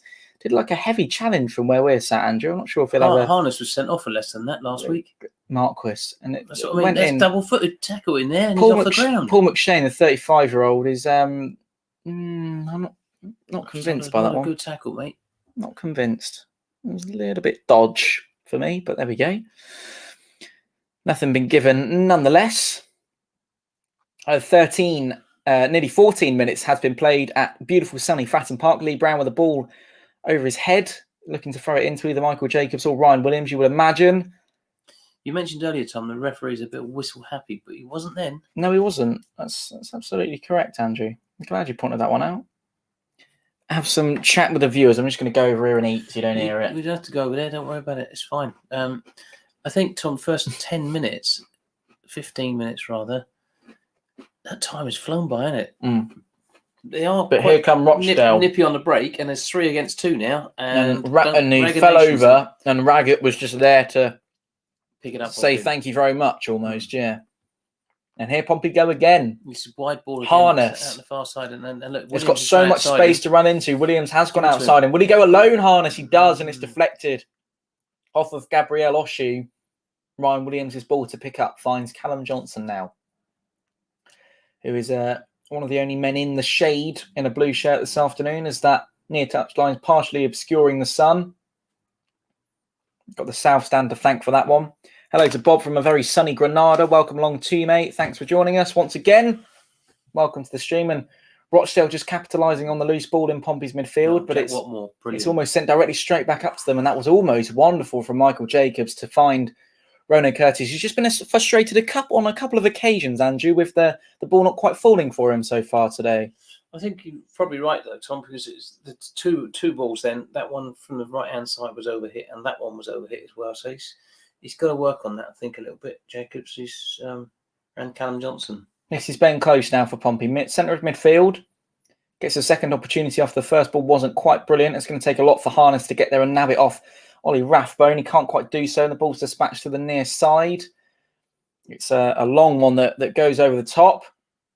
And Jack Watmore will just watch that one trickle out of play, and that will be Craig McGilvery's goal kick, who hasn't had an awful lot to do in that between the two Pompey sticks this afternoon yet, Andrew.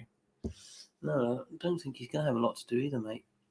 They had three up front then on the break, which was quite interesting. Yes, I'll back to it as it happens at that time. So they can break quite quickly. Just be careful we don't get caught too far up the pitch, I think. But that end product just been non-existent from a Rochdale point of view, hasn't it? Harness has fired one up to Ronan Curtis, who's going to have to give chase to Gabriel Oshu, and he will just watch that one go out for a Gavin Bazunu goal kick, and automatically conversation turns to what's happening in the centre of the park. You would imagine the Cowley brothers are perhaps discussing the fact that we're losing it a little bit in the middle. It's the only real downside to our game at the moment. Maybe because we're pressing too high, Tom, and leaving ourselves a little bit open in the midfield, aren't we? Close hasn't been on the ball too much, has he? He'd normally be controlling play a bit more, wouldn't he? But he hasn't been. There he is, Ben Close. He's found sitting back a little bit Lee too Brown. far there, hasn't he? Yeah, he's operating quite far back than where he'd normally would be, perhaps.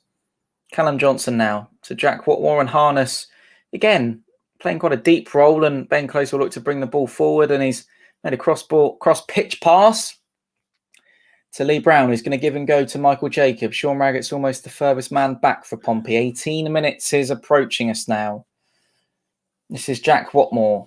It's dispatched Callum Johnson on the far side. It's now back to Watmore, who, whether or not he missed it on purpose. Dangerous game to play, just knocking it around in your own penalty area. With two poachers there. And three now. Look at them. There's three up front. They've got three. They're 1-0 down. Drawing them out, you would imagine, Andrew. Probably, Tom, but Bristol Rovers got a goal back against Ipswich Town at Portman Road. That was now 2-1. And this is back at Fratton Park. O'Connell, 25-year-old Irishman. A lot of Irish players in this Rochdale setup. And there is an Irishman for Pompey, Ronan Curtis, who thread Michael Jacobs one-on-one with the keeper. And it's wide. Biggest chance of the game there for Michael Jacobs. He's got to finish that, Tom. He's got to finish that. How does he not put that in the bottom corner? How did that not go in the bottom corner? How on earth did that one? That is a chance. That is a chance. That is a serious chance. It was a really big chance. He fluffed it a little bit with a shot, didn't he? That's ridiculous. I think it was a bobble in the pitch that he he didn't quite get the connection he wanted, did he? That's poor, Tom. That should be two. That's a really big chance, that one. Anyway, that might be the difference between 3 and 4 this afternoon. If it is, he's to blame. You heard it here first. You did hear it here first. Oh, I tell you what. Yeah, they are quite a physical side, aren't they? Ollie Rathbone's got the they? ball off Marcus Harness, and now there's an opportunity for a shooting chance for Rochdale. Jake Beasley couldn't quite get the better of the ball there, and Lee Brown will just chase it out of play to the north stand. It will be a throw-in for Pompey right in the corner. And Meadsy said Andrew could have put that one away. I think he probably could have done. Meadsy, don't you bet on it, bud. Maybe, perhaps not. Talk a good football game. Perhaps not. Harry on Facebook said the change in confidence since Danny and Nikki Cowley is sensational. It is. It is. This is harness now. Pompey have won the ball. The referee allows us to play on. There's the wide ball. Don't Callum overhit Johnson, it. ball goes in. It's not a bad. Again, Jacobs is just free to lash one. It's much more off target than the previous attempt on goal. And Williams is down holding his head. Referee's going to go over and just make sure he's all right. It's the Pompey doctor and the physio, Bobby Backick, who's come onto the pitch. I don't know what happened. Oh, he just got a bit. Oh, He landed landed on his head. Landed really awkwardly there. Ryan Williams. Referee was happy to play on. Might have a sort of bit of shoulder damage, perhaps. On Should have stopped that game, Tom, on because him he there. landed right on his shoulder and his head. Opportunity for a chat with for Danny Cowley to have with the boys. Harness has been called over as everyone has a little bit of a drink. As you imagine, it's quite a hot one today in the basking, glorious sunshine of Fratton Park. Cowley's delivering a bit of a team talk. Would love to hear what he's saying, wouldn't you? His brother Nicky's there with a massive iPad in his hand. Why can't we hear what you're saying, Tom? Because they're miles away from any microphone. You can hear it though, can't we, normally? No, you can hear the commentary if you want to hear the commentary. Ryan Williams is receiving a massage on his back. For some reason, there's still stewards at Fratton Park, and it's a completely ridiculous thing to... Why are there still stewards there? Did they get to watch a free game? Yeah. There we go. Got good news for you, everyone. Sunderland are losing. They are a goal down to Oxford United. James Henry has converted on 21 minutes at the Stadium of Light, and that is good news from a Pompey point of view, Andrew. We could do with a draw there, really, Tom, because Oxford, snake in the grass, Oxford, will come creeping up. They will. Perhaps they will. And Ryan Williams looks like he's going to be okay to carry on. He received a bit of a massage from the Pompey doctor, and hopefully he will be all right to... Oh, no, he's redoing his hair. He looked like Jesus momentarily. That's quite seasonal, isn't it? Yeah, Pompey Jesus. Yeah.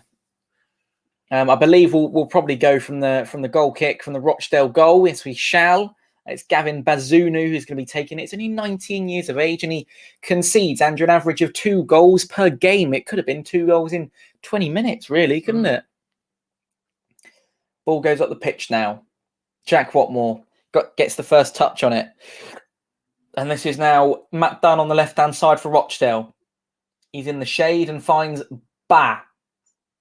And Harness has just got the ball off him, but inadvertently took the last touch on it before it went out into the south stand, and that will be a Rochdale throw-in in a decent position, 3/4 of the way up the pitch in an attacking sense for them.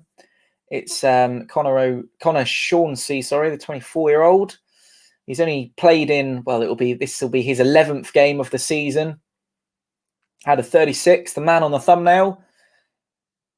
And it looks like it's going to be a long throw, and it is indeed, and it sort of lands directly on the penalty spot, but that one's an easy one for Pompey to lump away, and Ronan Curtis went for the ball there. He won it, and that's going to be a card. And Pompey bench automatically were incensed by that challenge from Jimmy Keohan, and rightfully so, Andrew. Got a touch of it, and he absolutely clattered. That's a really badly... You see, Danny Cowley didn't go mental, did he, on the touchline? Well, I don't think he's an aggressive guy, mate. He just sort of wanted to check that Ronan was all right, I think. Curtis is in a little bit more pain than it is a yellow card for Keohan. Rightfully so for the 30-year-old, who's played in almost all of the 37 games now that Rochdale have had this season. They've got some old players in their side, Tom, which is interesting because there's the pace that we've got. How long will they be able to sustain the pressure? Well, you got Paul McShane's 35, Jimmy Keohan's 30, Connor Shaughnessy's 24. But then you have got a bit of youth, Andrew. He's a 19-year-old goalkeeper. Connor Grant's 19. Quado Barr's 18. Okay, so they've got a few youngsters, but the older players that you see there are going to get tired in 70 minutes, aren't they? Yeah, I agree. Especially when the pace is kept up like this. Because we have got very, very fit outfit, haven't we? Tom, would you excuse me a second? I need a little voice room. Of course, off you go. It was quite a heavy challenge there from Keohan on Ronan Curtis. Ben Close now fires one up towards Curtis again, and that one's just going to head out over the touchline. If you're just joining us live on Fournilwrittenalloverit, it'd be great if you could subscribe to the channel. Drop us a like as well if you haven't done so already. Aiming for 200 likes on the stream today. Let's go for that. 24 minutes has been played at Fratton Park. Beautiful, sunny April afternoon now, straight into April. And the referee's going to blow up for a free kick there for Rochdale. 25 minutes is almost on the clock. David said, I missed the goal. Lost Wi-Fi, so 3-minute walk home to listen back to... Oh, David, what a nightmare. But lovely of you to join us, mate. It was a superbly worked goal. Harness massively involved, and it was Williams who was just there. I think he might have been slightly offside, but whether he was or isn't, whether he was or wasn't, is besides the point now. And doesn't matter because it's Pompey are a goal up. What you did miss as well, actually, David, is what you did miss is the chance that Michael Jacobs had on. I don't know I think it was just before the 20-minute mark, and that should have, but probably an easier one to finish than Michael Jacobs. Than Ryan Williams had Michael Jacobs with the opportunity to make it 2-0. To make it 2-0 Pompey. Right, this is a corner that Pompey will need to defend now from Rochdale. In comes Andrew again. Yep, I'm back. Here it comes, Matt Dunn. It's a decent corner. It finds a Rochdale head initially, but then Sean Raggett's there to fire it away. And this is Marcus Harness now. He's battling. He gets a push off the ball from Connor Grant. He's battling with him. And Sean Raggett's the nearest to that one. This is now Paul McShane, 35-year-old. Again, he's an Irishman, and Rochdale just enjoying the first little spell of possession that they've done so. They've had to enjoy, really, in the first opening 26 minutes now, and automatically almost as a turnover in possession. And Michael Jacobs finds one long for Ronan Curtis to do his best to latch on. It's going to have a little bit too much on it, and Paul McShane will just watch that one head out of play, and that will be probably him to take the throw in. No, it won't be. He's going to leave it to someone else. 26 minutes, over halfway in this one now. And just positives, really, Andrew, to take from this one so far? Halfway through the first half, Tom, not halfway. Sorry, halfway through the first half, yeah. Yeah, no, it's exciting, Tom, isn't it? I'd like to see us keep the pressure on that we had in the first 15, 20 minutes. Don't let them get anywhere near it. That's the key, isn't it? I think there's a couple of things that perhaps I'd say, Tom. I think Raggett has headed the ball out on a couple of occasions when he wasn't under too much pressure. And he could have headed that back to a blue shirt rather than just aimlessly out into the open field where there's a third one straight back to Rochdale. Hello to Kelvin, who's a surprise fan from Malaysia. Welcome along, Kelvin. If you haven't yet subscribed to the channel, mate, please make sure you do so. We're here every match day. Good afternoon, Kelvin. Lovely of you to join us. Thanks for. In fact, good evening, Kelvin. Thanks for jumping on. Brian Williams has won the ball back. Ben Close. Can't get that one back, and that falls back to Rochdale. Now Tom Naylor trying to usher Baha out of proceedings. There's a flick on, and it won't reach a green shirt, which will be much to Rochdale's discontentment. And Marcus Harness again is he's so just ahead of him, Tom. So often down that right hand side. I thought he was going to get beaten to it there, but he had a bit of a pace to not be too worried about it. And Callum Johnson now retains the ball for Pompey. It's now fired back to Jack Watmore, and this is Sean Raggett, who does a little dance over the ball and eventually dispatches Ben Close. I'm intrigued to see where Ben Close has been instructed to operate this afternoon, Andrew, because he's sort of all over the shop, isn't he? Yeah, I think he's been told to run around midfield, Tom, in any area in midfield from one side to the other, and he's tracking back quite a bit more than he'd usually track back, isn't he? So interesting what they've said to him. I suppose it's he's acting under instruction, no doubt. And it's a real shame that we didn't get to see the goal live, but we got the replay nonetheless. It's almost as bad as the Andrew Cam blunder that we had earlier on in the game where we couldn't hear you. Much more important that it was a goal rather than something else. Welcome along to Jacob, who's joined the stream. Hope you're well, mate. When did Jack Whitehall start managing Rochdale from Luke? We'll have a look at that on the touchline, see if that's the case. Hello to Miltos, who joins all the way from Greece. Welcome along to the stream. Let's get a second in. It could quite easily have been a second from Michael Jacobs about 10 minutes ago now in this game. It was unfortunate, actually, Jacobs, wasn't he, not to bury that one, Andrew? He was, yeah. He was very unfortunate that he missed it, Tom, because we could be sitting on a 2-0 lead now, couldn't we? Ben Close to Tom Nader, and now there is Michael Jacobs. I nearly said the goal scorer. He should have done. The nearly goal scorer. The nearly goal scorer. He's worked his way into the centre circle, and eventually the ball goes out to the far side, and Harness will just stop his run completely because there was way too much on that one. Half an hour played here at Fratton Park. Jackson, love how Tom's got a decent chair and Andrew's sitting on a garden chair. Well, it's the way it is, bud. Things are tough. It's a bit of a sort of, things aren't tough at all. That's not the case. Half an hour played. You just prefer garden chairs, don't you? My friend used to say to me, it's tough at the top. You wait till you get down here. Yeah. You got to, you like garden chairs. They're quite practical as well. We can fold it away when you're not here. Well, there's a lot of reason why I'm sitting on a garden chair, Tom. And you love garden. The main reason is the garden chair. You're a gardener. That's what it is. Yeah. No, that's what it is. It's not that at all. 30 minutes. Matt Dunn now is just waiting to receive the ball from all it is, Tom. I know my stand. place in life. But yeah, well, we've got you on the same level today. At least you're in the studio. But if you, this is where we're actually sitting, and then this is what you see. So through the magic of YouTube, we are we're both on the same page with you, just as much as Andrew as you do with me today. So there we go. 30 minutes now. Ryan Williams defending the ball that came in, and this one will be away from Pompey. And in the last couple of minutes, Andrew sort of dropped off in terms of those counter-attacks. They haven't been quite as offensive, Pompey. Yeah, I think it's it seems to have just gone a little. They're clearly Rochdale fighting for their lives, aren't they? They're not going to give up on this until they go 2 or 3 down. I think we're making a few odd mistakes, Tom, and I think they need rectifying, like this quick attack that these guys have got. You'd like another couple, quickly. wouldn't To be fair to them, to Rochdale, they're not as mugged out as we thought they might be. They're not a bad outfit, to be fair to them. Their league position and results would say otherwise, wouldn't they? I know, but they look like they're half decent. You can see why they've got back into the league results they've had in the last couple of games. Yeah, they've picked up, haven't they, recently? This guy here, especially, is 14 for them. He's dangerous, isn't he? Yeah, Ollie Rathbone. Where was he before? Was he there before? He was dangerous. First game he played against them, well, it was the first away game of the season, wasn't it? He scored against us, I think. We won that game 2-1, I think, away. Was it 0-0? Was it 0-0? 0-0 earlier on in the season, yeah. The only ever draw between the two teams, and it's quite interesting. I had a look in my notes earlier on, and it's actually it's the season before we went there. Rochdale have only claimed 1 point in their previous 6 visits to Fratton Park.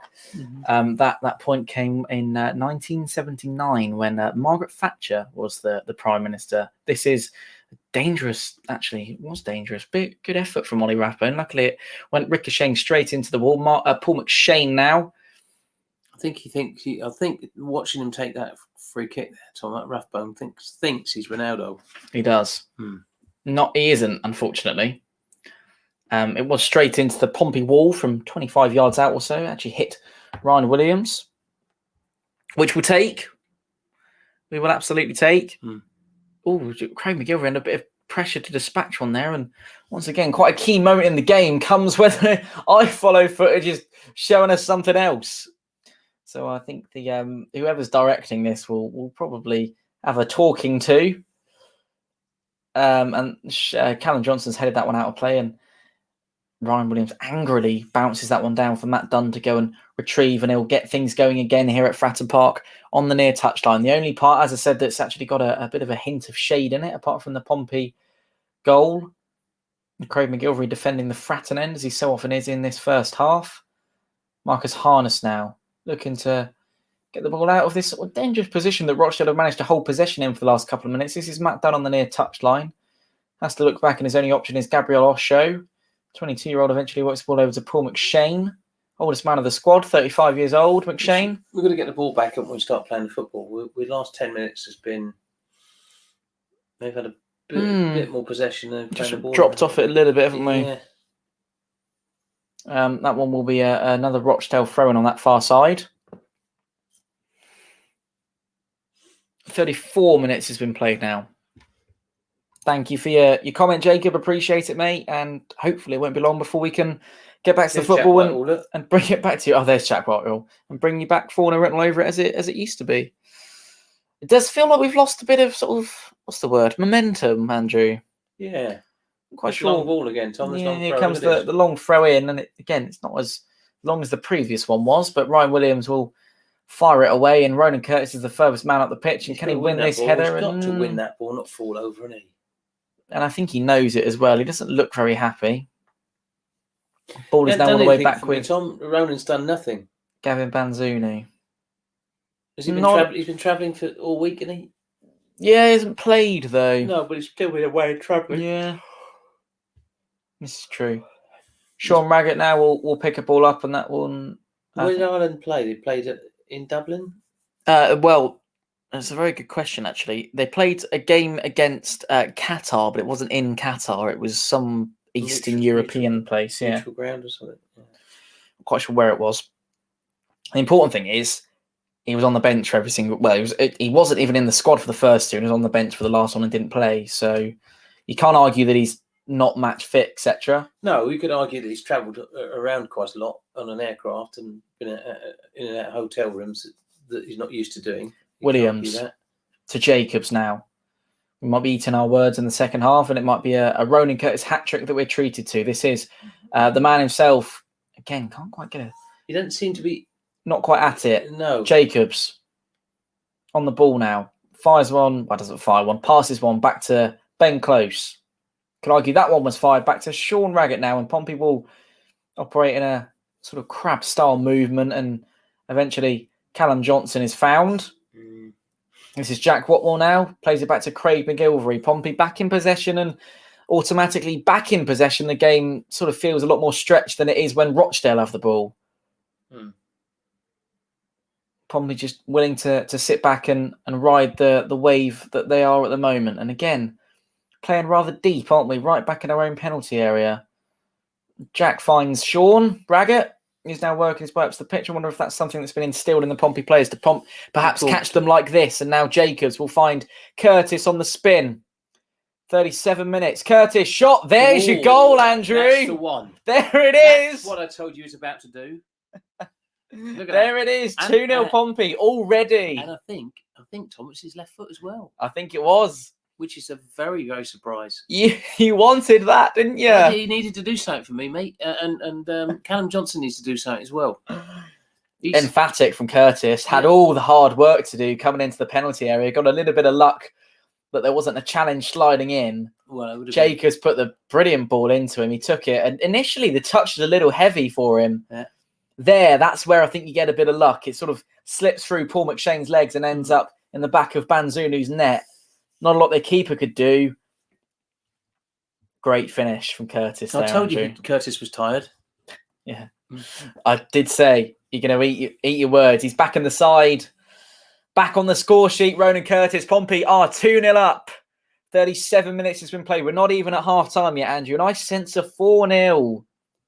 Although they've not done badly in this sort of second period of the first half, Rochdale, have they? No, they've had 10 minutes of the game, Tom, where they've looked like, to be honest, they haven't threatened us, have they? The final third, they haven't taken the chances that we've taken. No, they haven't. But Harness has been absolutely Harness massive. Has been superb. He's been really good. He's got all oozing of confidence, as is every Pompey player, as is every Pompey fan across the planet at the minute. So much confidence on display. Won't be exposing themselves so much now. I don't think they'll be looking to consolidate a little bit and not get hammered too heavily. I think they'll be probably thinking about Accrington last week, thinking, Jesus, we could get. I think we might have too much for them, Andrew. Personally, I agree with you, Tom, but I'm kind of saying I think they're going to sit. They're not going to be so adventurous now. I don't think. I think they'll probably look to it'll be a limitation job for them, mate. Yeah, I've lost you for a moment. Just refreshing you, just to match your audio up once again. I'm going to turn your mic off as well before I jump you back in. Yeah, absolutely. Damage limitation from a Rochdale point of view, perhaps. But we are now closing in on... Go on.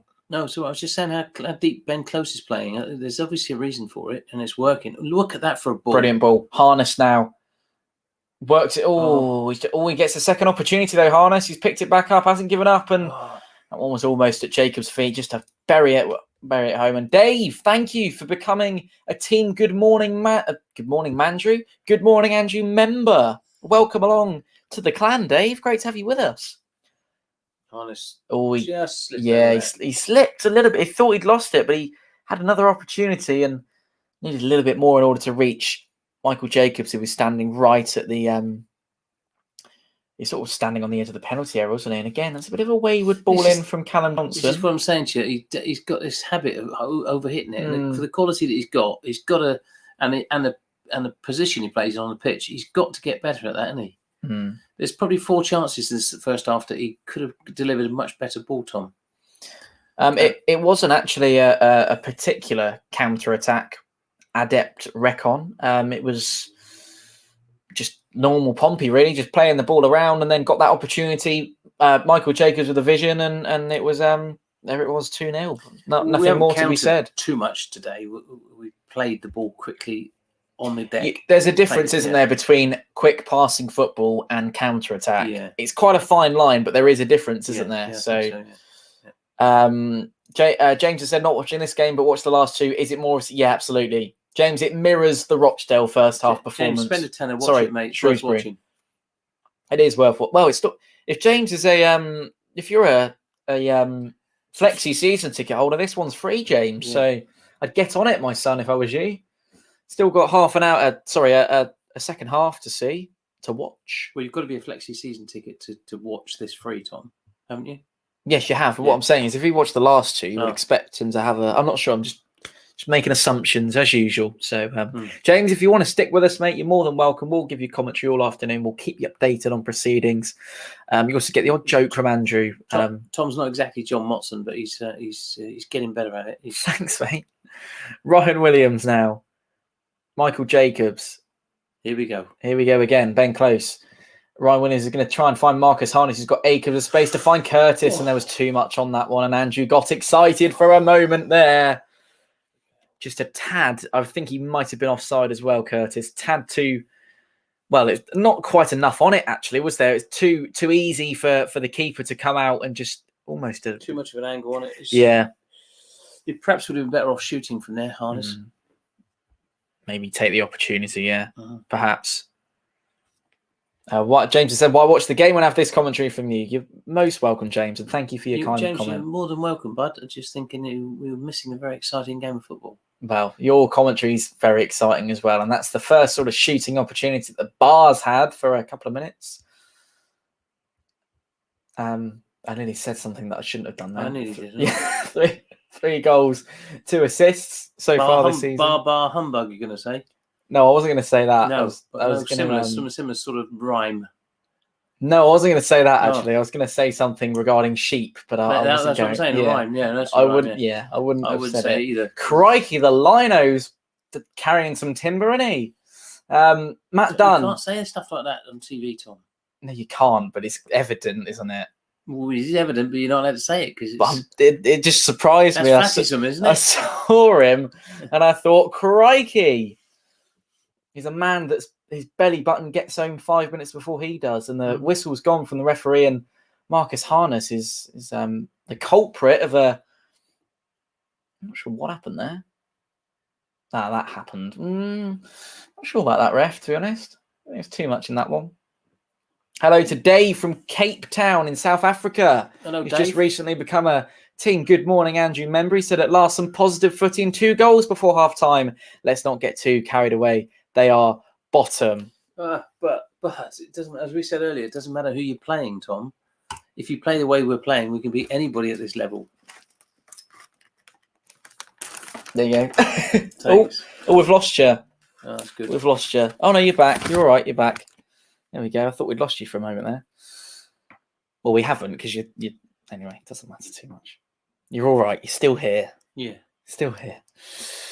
Right, we're just a couple of minutes from the halftime break now. Blackpool have got a goal against Swindon Town, the first one of the afternoon. Neil said, "Tom, how could you usually telling Andrew off?" Hopefully, a couple of people enjoyed that one. Richard definitely did. Richard always loves it, doesn't he? So Alex is happy as well. Alex Hayward says, we are, well, I'm not going to repeat what he says, but we are brilliant. Passion is well and truly back. And hopefully we'll be able to speak to Alex in just a couple of moments here live on Fournilwrittenalloverit at halftime. I know that's something that a lot of people very much look forward to. They get rid of Andrew for the time being, and we get to speak to some guests, some of our boys. Well, some people that actually know what they're talking about, maybe. Yeah. I love that you don't deny it. Curtis.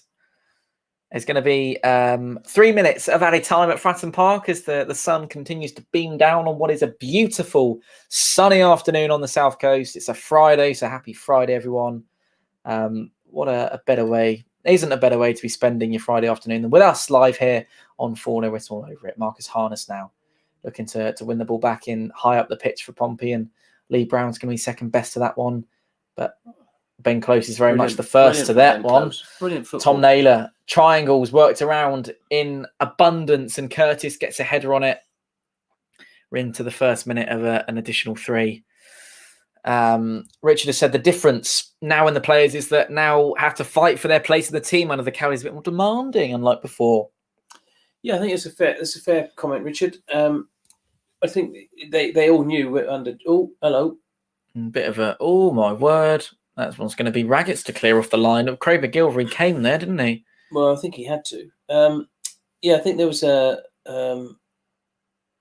point is the difference between having to play for your place and know that you're going to get rotated in the squad. They're two different things, aren't they? Clearly, there's been no changes in this game from the previous game, apart from the obvious Marcus Harness, which actually, to be honest, Curtis.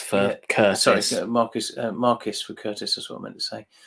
He actually got a touch on the ball there, McGilvery. He saved it, but it all went over and above his head. But I think there's a difference. These players now know they've got to perform, otherwise they're not in the squad. Simple as that, or not on the pitch. Yeah, unless you're a striker, and then you probably are going to be on the pitch at the moment because we haven't got an awful lot else. But hasn't mattered at all. I was sat here. And we spoke to Sean and Aaron about it before the game, but they weren't at all concerned by the lack of strikers. No, neither of us were. And neither are you. So there we go. Nearly done in this one for the first half. And it could have been 3.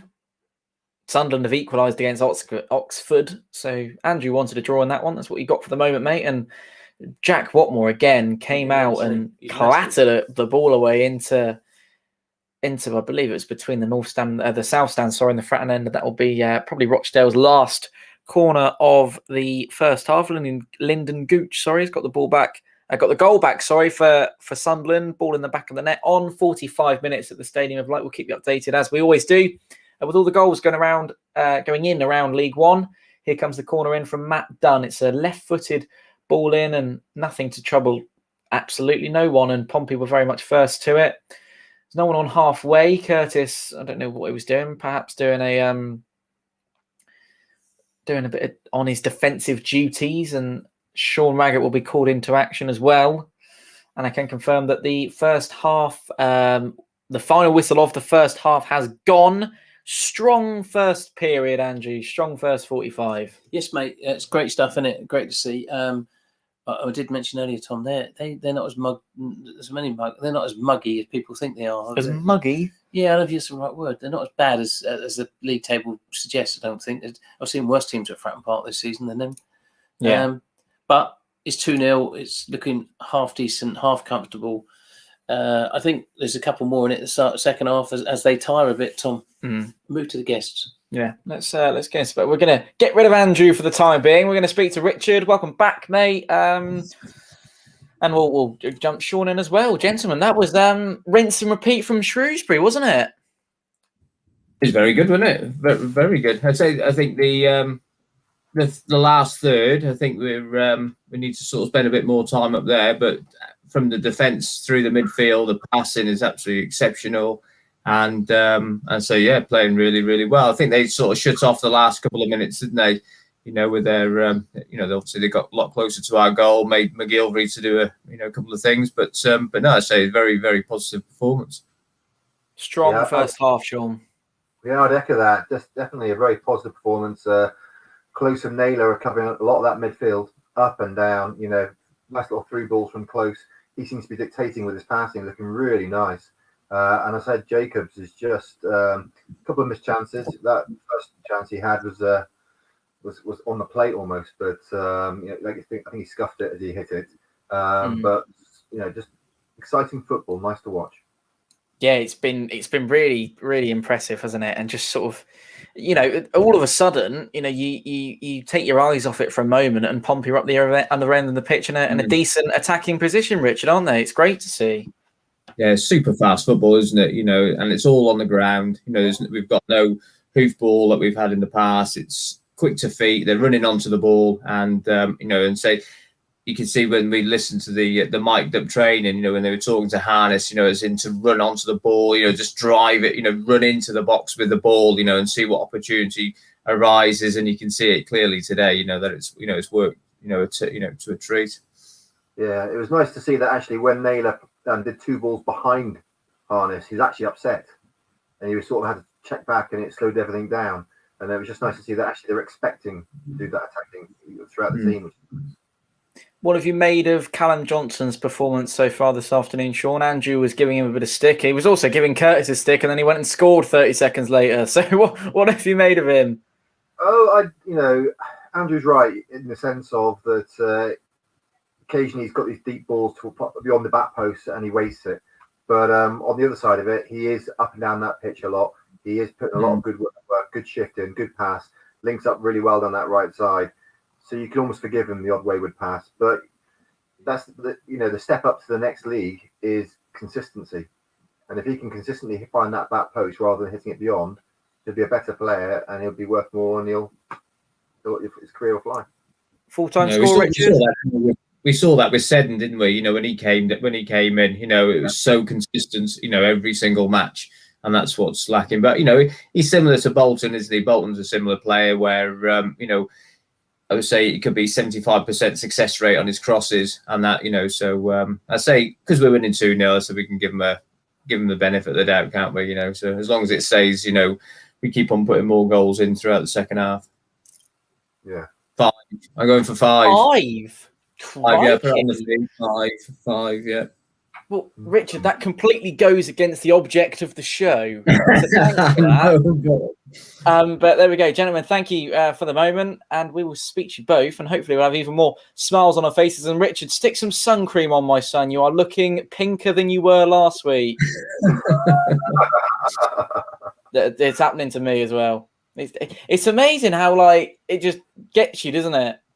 I think it's mid-red t-shirt. I'll change it. Probably. We don't like red around here, mate. We'll speak to you full time. See you later, mate. I just realised they're both wearing red. Sorry, gents. Right, let's speak to Brendan, and we'll get Alex in the stream as well. And oh my word, they've got some jammy wheels. How are we, gents? Yeah, good. Yeah, be quiet now. Yeah. How are we all? How are you, Alex? Yeah, good mate. What a difference a few weeks makes. Sun's out. We're the best team in the league again, and we're doing everything we should be doing against Rochdale. Yeah, and is it important to remember that they are bottom of the league? It is important, but equally, they've got results against Lincoln and Peterborough before us. It's a league which we've seen many times, especially with Jacket in charge, that anyone beats anyone. We were 4-0 down, a few weeks ago at this time to Northampton. So I think it's just the philosophy's changed, and I think a player like Ronan Curtis is gonna thrive on this. I don't think he ever really got on with Jacket, which I could understand. But I think he's obviously had a break in the international squad because he never actually made the squad. So he's coming back revitalised. But yeah, I think that it's back. The Pompey passion is back, isn't it? Mike, what have you made of what you've seen? Yes, I'm very positive. Very positive. I like the quick attacking football. I think we used to do that quite a bit in the past. Sometimes I'm a little bit squeaky when it comes to playing too near the goal line or inside the penalty and going across it backwards and forwards. I do get a bit worried at that sort of time. But we do look better, and I think that Mr. Harness had selected either better options or shot for himself. We could have been even 2 further up. You'd have got your 4-0 written all over it by half time. But some good work going on. Naylor, close. Jacobs has put that lovely ball in. That was a cracking diagonal ball across the park for it to go across the harness and then in. So yeah, I'm all upbeat. I'm upbeat. I'm looking forward to the second half, but some of those silly little mistakes are still there. It will take time, I think. Not necessarily get rid of them. I don't think we'll ever get rid of them all, but yeah, not too bad at all. Yeah, I'm looking forward to the second half. Brendan, you need a haircut, mate. Yeah, I do. I've gone for the Jack Grealish look with Brandon. Yeah. Shame I can't play like him though, but you know. Mike hasn't. Mike, oh, there he is, Mr. Hayward. This is my dad. Also, he's had many more years of Pompey pain than I have. Join the club. What, has he been watching the first half? We haven't been watching it because, like I said to you, Tom, I only just got back, and so we've just been trying to sort things out, getting a new toilet installed and stuff. So nice. It's all going in this household. Excellent. Would you like to go and crack on? If you're going to drink beer, Alex, you've got to have somewhere to put it when it comes out. Quite right. No, it's all good. Cool. All right. Can I take a full-time score prediction off you, Alex? What are you thinking, mate? 4-0 written all over it. This is the week, isn't it? 2-0 at half time, 4-0 at full time. That's it. Perfect. There we go. And that sort of the 4-0 double over the Easter weekend's looking even more likely now, isn't it, gents? And that's what we'd like to see. Thank you to should we take Mike and Brendan, full time, gents? How do you feel about a 4-0? Yeah, definitely a 4-0. I reckon I could see Curtis getting a couple more. Definitely. And I'll go along with that. Riley said it in our first half, and I'll stick with my grandson. 4-0 written all. Excellent. Thank you for the moment, gents. Speak to you at full time. Yeah, see you later. Right, Alex and Brendan, and let's go to Aaron and Gaz. Welcome, gents, and Mr. Poirier. We're going to save the goat till last and speak to these two chaps. And all the way from Malta, Gaz, what have you made of what you've seen in the first 45? Yeah, it was good. Good 45. Good spells. You can see the change in the team. You can see high pressing. You can see combinations happening. Definitely upbeat. There's positives. Even like when we're off the ball. We want that ball back. So you can just tell there's a togetherness now. So very happy. I might have to just move the camera ever so slightly, just while Aaron's talking about what he's seen. We're doing our very best to get it. Hang on, if I just do this just for a moment. There it is. It's still here, everyone. It's still here. Flying the flag nice and high. Aaron, what are your what have you taken away from that first half? And it's basically what we said we were expecting, isn't it? Oh yeah, definitely. It was really nice. Very, very positive attitude from all the team. Brendan's dad said, a couple of little mistakes here and there, but you're not going to get rid of all of them overnight.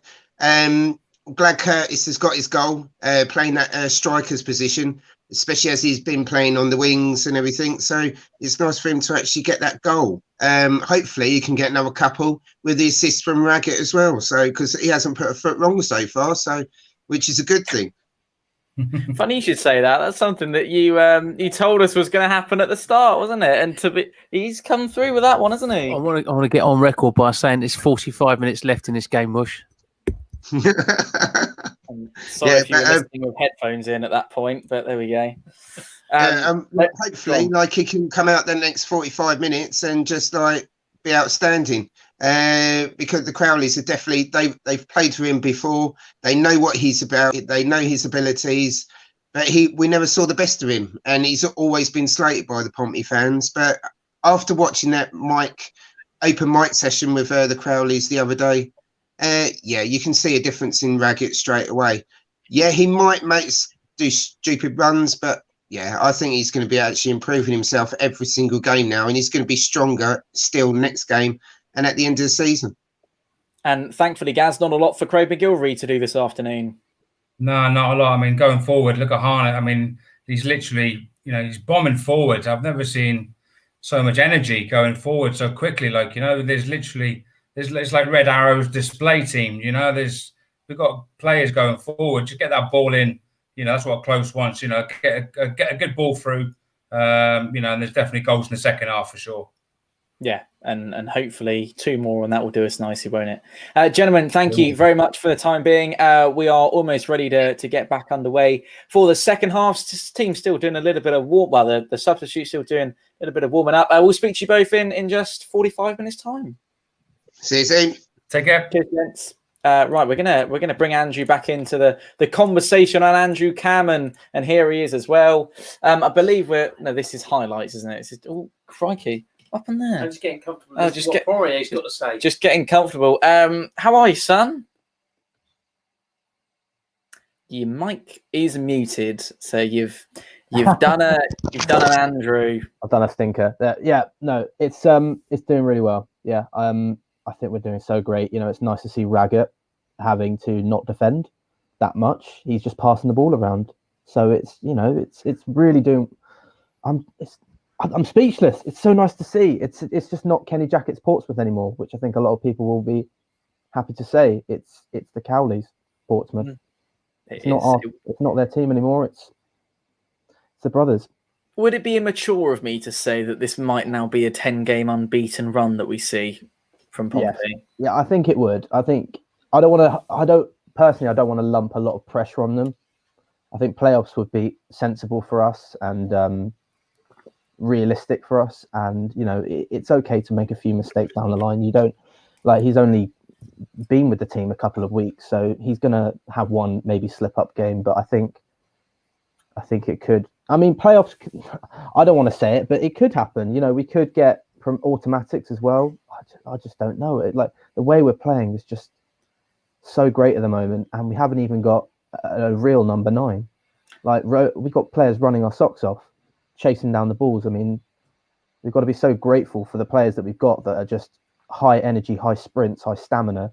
Ryan Williams, the Ben Closes, even Tom Naylors, the Harnesses, the Jacobs. They're just running their socks off today. And I just think, it's just so nice to see. So nice to see a new team out there. Andrew, I'm going to invite you to do your once stream sort of ritual where you tell everyone why Pompey will win automatic promotion this season, as Adam's just touched on it. And I'm sure you'll have some more members of your gang that are the believers of autos this season. Well, I think you've got to believe it, Tom, because it's 2 reasons. One, we've got, I think, the best group of players in this league by far, by any other standard of team that I've seen. Secondly, you've got the right attitude that's being developed there now from the management team. Just watching them when their ball goes out of play or they get a chance to speak to a player, watching the movement that the players are doing off the ball, the camaraderie, the whole thing is just so exciting, isn't it? And if we'd had this, as someone said 5 games ago, it might well have been. It might have gone the wrong way, Tom. It might have just been. We might have been in a similar position. It might have gone because it's probably they've come in at the right time, haven't they? Where they've had an opportunity. They've looked at the squad, looked at the players, looked at some of the games we've played this season, and gone, if we can't do something with this side, with the skills those 2 guys have got, that Nicky and Danny, then I'd be surprised if they came along and looked at it and went, look, we can do something with this. Look at the quality we've got. And they knew full well they could get us into I think, automatics, not just playoffs. I think this team's better than Sunderland. It's better than Ipswich. It's better than Lincoln. It's better than Hull. The football, the players we've got, and the combination we've got now. I think it's. I think it's written in the stars, mate. But it's a 9-point gap. Yeah, it's written in the stars. 3 games, and we've got to play the bottom teams. They've got to play. A lot of those teams got to play each other. Couple of 3 draws, mate, and 3 wins for us. The pressure's right on, isn't it? Tables could turn quite quickly, couldn't they, Adam? They can, can't they? It's a league where anything can happen, and we're looking to absolutely storm it so far with the way and the run that we've got. So I completely agree that anything can happen, and we could get automatics. So we have probably got the best team in the league, I'd say, bar a few players that aren't maybe championship quality or higher league quality, but we have got arguably one of the best teams in the league. Just quickly as well, we didn't get an opportunity to touch on it before the game, but the news this week that didn't come from the football club, it sort of came in directly to us. But Rasmus Nikolaisen and his betting habits. You were rather vocal in the group about this. Would you like to just tell us if there's any real sort of reason why? Obviously, it's not probably nice to talk about someone's habits or what they really get up to because you don't know the reasons why he's done it. But I think it was a large sum of money, about 50,000 I think was reported that he placed on bets. But I guess it's not really my place to say why he's done it or how he's done it, but yeah, he's been hit with a ban on that, and I don't think the odds are he'll be coming back on the pitch anytime soon. So I don't know, but yeah, obviously I don't know the reasons why he's done it, but he had that money to splash around, so that might be chips to him.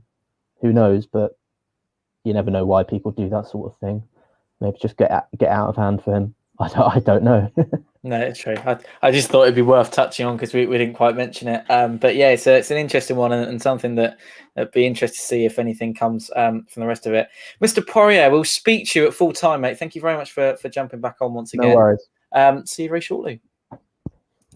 And that was Mr. Poirier, and we're going to come back to me and you now, just the two of us, as we get back off and underway for the second half. We are back at it. Ronan Curtis, a goal scorer this afternoon, is about to take kickoff, and myself and Andrew here ready to guide you through the second period of this game. And the ball is now with Lee Brown. Second half underway. Sun continues to beam down on proceedings this afternoon, and we should swap sides because everyone likes you on that side for some reason. I'm going to pull you across. I'm a left-hand drive, Tom. You are a left-hand drive. I'm on the right. I'm on the right side of the screen. You're on the left side of the screen. Where are you? I'm on the left side of the screen. Pompey attacking towards the Fratton end, as they so often are in the second period of a game. It's a shame we can't be there, Tom. Tell us, which side do you prefer? Are you on the left side of the screen, or do you prefer the right side of the screen? We need Team Tom and Team Andrew. North stander or a south stander? Well, it's up to you. Team Tom or Team Andrew? Let us know. No, don't do that, Tom. Let's do that. No. Let's not do that. Why are we not going to do that? Because you haven't got a very big team of. To be fair, everyone. It's not that, Tom. It's just not a nice thing to do, is it? Because I might embarrass you. All right, split us in half. Split us in half. 46 minutes now has been played. We are now a couple of minutes into the second period. Rochdale with a bit of possession early doors, and this could be the opportunity for Pompey to make it 4 this afternoon, and perhaps then go on and make it 4 Wigan against Wigan. Why not, Andrew? Why not? 8-0 over the bank holiday weekend. That would be absolutely brilliant, wouldn't it? With what you... Oh, dear. That's backfired, isn't it? What's that? That's Mr. Poirier. Yeah. Oh, dear. This is terrible. Yeah. Top, bottom. Shot's a legend, isn't he? Just to go back to what Matt was saying, he totally agrees. They had the best team, bar none, in League One individually. Jackie got a great team together. The Cash didn't know what to do with them. Cowleys were persuaded not to take the job. But bet they are laughing now, looking at the team they have. So thank you for that comment, Matt. And unfortunately, TNL, thank you for going for both. Can't sit on the fence though, mate. It's a goal kick, and Jack Watmore was claiming that it's a... No, it wasn't Jack Watmore claiming it was a corner. It was Barr that was claiming the corner. And a couple more goals would be nicely, Andrew. Yes, nicely, Tom, right? Sorry. When the next one goes in, I'm going to get really, really excited. No, we're going to get really... I'm resting. Get really, really excited. You're going to move it, though. When the next one... That's right. When the next one goes in, Tom. You are you? Yeah. Right. There we go. We missed the first two because the camera didn't keep up. Yeah, exactly. It's a nightmare, isn't it? Lee Brown now into Curtis. Beautiful football. It's good football. Oh, if he slips there, then Harness is in again. And that could have been 3. We should be 3-0 up. Should be 3 anyway. Should be 3 anyway. Should be 3 anyway. 48 on the clock. Mate, the passing and movement of the ball is absolutely... Oh, Curtis in the box. Oh, Williams just sort of needed to flick it round, and Lee Brown, he got down again, the keeper. Lee Brown's going to pull that back a little bit for Williams. He has. And then it's 3-0. Then it's 3-0. And then we're on to the 4. Big stuff. Yeah, it was a decent opportunity, actually. Harness thread the ball through to Curtis in the box. Got a flash across the goal. You would have thought Williams might have just backheeled it into the back of the net, and Lee Brown was there. Initially, Gavin Basnu stopped it from coming back across to Williams, and then reclaimed it after he'd had a bit of a slice of the action in terms of getting down to the ball and palming it away. And there we go. This is header off Ben Close now, and Rochdale with a bit of possession. This is Ollie Rathbone. He dispatches Ba. And this is Jack Watmore now. He's managed to really cleverly muscle himself out of that one, and that will be a Pompey throwing on that far side. We've now got 40 minutes or so left until the end of this one, and Pompey looking comfortable in the opening stage of this one, Andrew? Of this one? Yeah, I think so, Tom. We looked like we were in control of the game all the way through the first half, didn't we? With the odd 10-minute spell where they got back in it a little bit. Okay. Yeah, just a little bit of an itch there, mate. But Nice. oh, hang on. Bragger Nation's on the ball. Bragger hasn't put a foot wrong, as Aaron said. Yeah. Aaron has said some really strange things over the years, and that's the one that really tops it. But it's true at the minute. Well, yeah. It's coming to fruition. Can I trouble you for a piece of your chocolate, Tom? It is Easter Friday. You want some of my chocolate, do you? There you go. It's a little bit melted, so it's a bit squishy. Yeah. But you can have some nonetheless. Oh, nice. 49 minutes on the clock. We've lost you for a moment, I think. Oh, no, you're back. There you go. Andrew's eating some chocolate. Thank you for that. Curtis could be through there, but Gavin Bazunu was alert to it and managed to come out and claim with relative ease.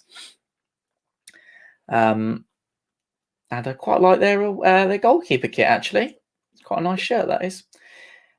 Bazunu drops it down on the pitch, and it's literally a route one up to Craig McGilvery. He grabs it, goes again with Callum Johnson now on this right-hand side. Harness to Jacobs, and once again, it's all the way back up in a decent Pompey attacking territory, and Harness just has that one taken away from him slightly, and the ball works its way back to Gavin Bazunu in the goal, and Rochdale's goal. Harness a little bit unhappy that he couldn't get on the end of that one, and deserves a goal this afternoon, Andrew. Yeah, he does, Tom. As he has done he has scored in the previous two, isn't he? But he's deserved one nonetheless this afternoon. I liked it when Danny Cowley said earlier, before the first game, he expected Harness to get 10 goals before the end of the season. And he upped it to 15 or something, didn't he? When he got 2, he then said, no, I've upped it to 15 now, he's got 2, which I think is brilliant, because that's the sort of attitude you want, isn't it? Yeah, absolutely.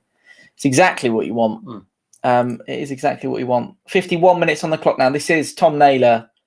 Jack Watmore finds... Who's that? Johnson. Tom Johnson. Marcus Harness on the spin. Cuts inside. Dispossessed. Connor Shaughnessy. You picked up that... was it him that picked up the yellow card?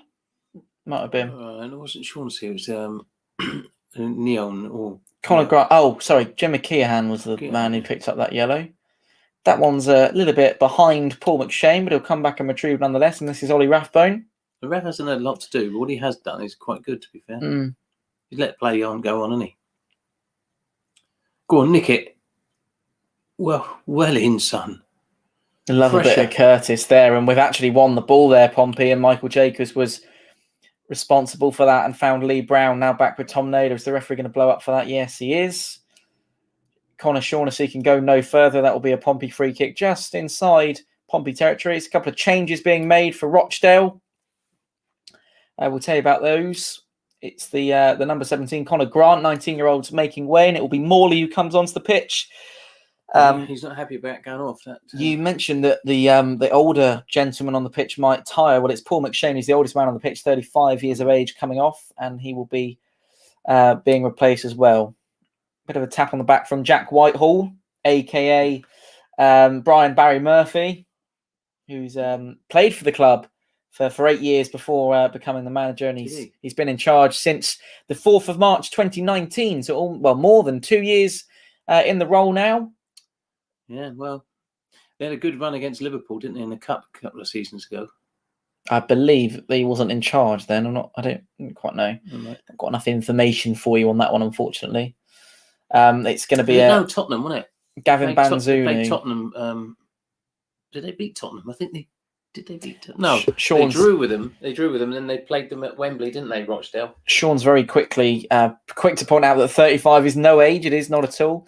Liam B has said... Meaty's only saying that because he's twice that. Has there been... Well, don't say that. It's not a nice thing to say. I've been watching you since you started. A shame you don't have more viewers. You've matured massively and have a bright career in sports media if you carry on. Thank you very much for that, Liam. Appreciate it. Very nice comment from you. As Curtis is working his way into the box, flashes one across, and Harness is just a little bit late to that one. And there's a lot of Spanish being spoken. if you think positively and not negatively, but at the same time, not have a lot of enthusiasm is also crucial to know if, oh my word, Noel, your Spanish is huge, mate. Very impressed with that. 55 minutes on the clock. Ben Close. Probably because he's Spanish, Tom. It's quite difficult to translate at the same time as read it and then get it in your head. Of course it is. You need to be a translator to do stuff I like know. that. Perhaps if this all falls through, I might go for a translator job. I'm absolutely effluent in Spanish. You are. Do you mean fluent? No, effluent. Oh, effluent. Okay. Thank you for that. 55 minutes. And Callum Johnson's marching down to grab the ball, but it's very boring. Say grab an ice cream. He's where he might have been. It's the sort of weather for it, isn't it? Yeah. He'd be down South Sea Seafront But later on. it was Callum Johnson who was. You would imagine, actually, Adam, that is the case. I reckon Nicky Cowley's got the iPad, one eye on 4-0, one eye on the game. It's what he's doing. Knows the way to live, doesn't he? Nicky boy is on 4-0 channel now. Come on, Nicky, say something. Funny you should say that. I can partially. That's a great ball. Hang on, Lee Brown, ball goes in and it's a corner. Come on, Brownie. There's two opportunities to get the ball into the box in the right position. That annoys me, Tom. It really, really annoys me. Because a better player would have got that ball to a striker that got as 4-0 by now. Those two chances there. Brown has got to be more positive about it, hasn't he? I can partially confirm, actually, that we might be seeing Danny Cowley's face on Fournilwrittenalloverit all over it a little bit sooner than you might all be expecting. More to come on that in the near future. Michael Jacobs has played the ball short to Marcus Harness. To be fair, Danny tried to get on today, didn't he? But we didn't have room for him. No, we were too busy speaking to. I think it was like Brendan and Mike that we had on at the time, and I just thought Brendan and Mike rather than Danny Cowley. Of course he did. Michael Jacobs now. Oh, this is dangerous. Ball doesn't quite go in. He thinks about it twice, and it just sort of hits Harness in the process. Not sure if it was meant for him or not, but turnover in possession nonetheless. I'll tell you what's interesting, I think, is that Ben Close and Naylor haven't been the star players of the last two games. This one especially. And Ben Close was against Shrewsbury. Yeah, the only reason I say it is, you're right, he was. But the only reason I say it is it seems like the ball's being played out wide a lot more. And those two are more central midfield, aren't they? So it seems that the ball's being played out wide a lot more and a lot more pace on it. And it's like sort of overlooking them. Sean's looking perplexed. Sean who? Sean on that's Sean. Sean on the stream. I don't think he quite agrees with what you're saying. Anyway, Sean the filling. Not sure it's Sean the filling. Welcome, Ben Harris. We call him Sean the Brace. Sean the Brace. Sean the Brace. Sean the Brace. You got like what's the one in Scotland? Sorry, somebody the Brave. So in Scotland, they say so and so the Brave. There's the name of a person, the Brave. Yeah. So Meadsy, help me out here, bud. Someone the Brave. Yeah. Sorry? The Scottish guys. Someone so. Not Alexander the Great. No, not him. The Scottish guy. Ivan the Terrible. No, not him either. Anyway, what's for football? Harness has got so much space on that right-hand side once again. Is it just Scotland the Brave? I think it's just Scotland the Brave. Yeah. So we can call Sean the Brace, can't we? Amy the Brave? No, not Amy the Brave. No. It's definitely Scotland the Brave. That's what it is. And someone's going to put it in the. There's going to be Scotland. Richard the Brave. No, it's not Richard. It's Richard the Turd.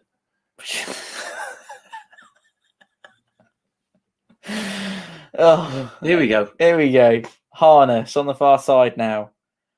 I can confirm Blackpool are 2-0 up. Tom Naylor. Ben Close now. Back to Jack Watmore.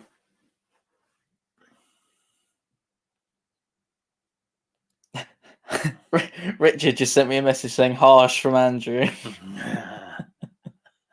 Sent a message to the thingy. There we go. I didn't mean to call Richard a turd. We were just saying Richard. Scotland the Brave is their national anthem. That's apparently. it. That's where I got it from. Scotland the Brave. So it's Sean the Brace. Thank you, Jacob. Yeah, Sean the Brace. Appreciate that. Right, nearly an hour gone now in this one. Sean is predicting a Portsmouth Blackpool playoff final. Oh, is he really? All right then, matey. Since when did you know anything, bud? Oh, crikey. Autos. We're autos, mate. Auto. Right, there we go. Pretty, what's the word? Well, you got to believe. A lot of belief. You got to believe. This Yeah, team gotta can do believe. it, Tom. This team can do it. And a little bit of luck in the other direction. In the other direction? Yeah, other teams losing, etc. Oh, I see. Andrew is getting very punchy this afternoon, isn't he? Punchy? I've had too much chocolate. I don't know what's got into him. But there we go. I don't think Sean likes Sean the Brace. I think he probably prefers Retro Shirt Sean. I think that might be the case. But Well, ask him. Does he mind being called? What does he rather be called? Sean the Brace or Retro Shirt Sean? Sean said put him back on the left. He is on the left, Meadsy. What are you talking about, son? What is he talking about? If you think that's old age, that might be old age. Yeah, might be old age. Too old for this, mate. Right, Michael Jacobs is just. It's actually Kean's getting a little bit irritated. Put him in the book and send him off, ref. It's funny. Anyway, I think it's because you got the weekend off. That might be the case. Oh, just happy days. Oh, here we go. Rochdale gonna try and turn your smile upside down, Andrew. Don't think they will do though. This is Connor Shaughnessy. Rathbone threads on through, but nothing is getting past Sean Raggett this afternoon, everyone. The man, the myth, the legend. Ben Harris has just become a member, has said. Automatics written all over it. Well done, mate. Ben, you and me, buddy, against the world. Nice one. There you go, Ben. You've got a new and friend in another 4 Andrew. games from now, Sean the Brace is joining the gang. Apparently, he's going to be an auto fan. Yes, I think I think we're going to turn him. Give it 5 games. After this one, it'll be 4. After Monday, it'll be 3. Yeah, exactly. So he's got to not long. It's going to be make your mind up time. Here we are. Come on, then, Blues. Here we go. Perhaps this could be the 3rd, and then on to the 4th. Lee Brown now. Not got many places to go. But he's given it to the Ragger Nation. He has, and he nearly made that mistake that Aaron was saying he wasn't going to. But it didn't happen. 62 minutes on the clock now.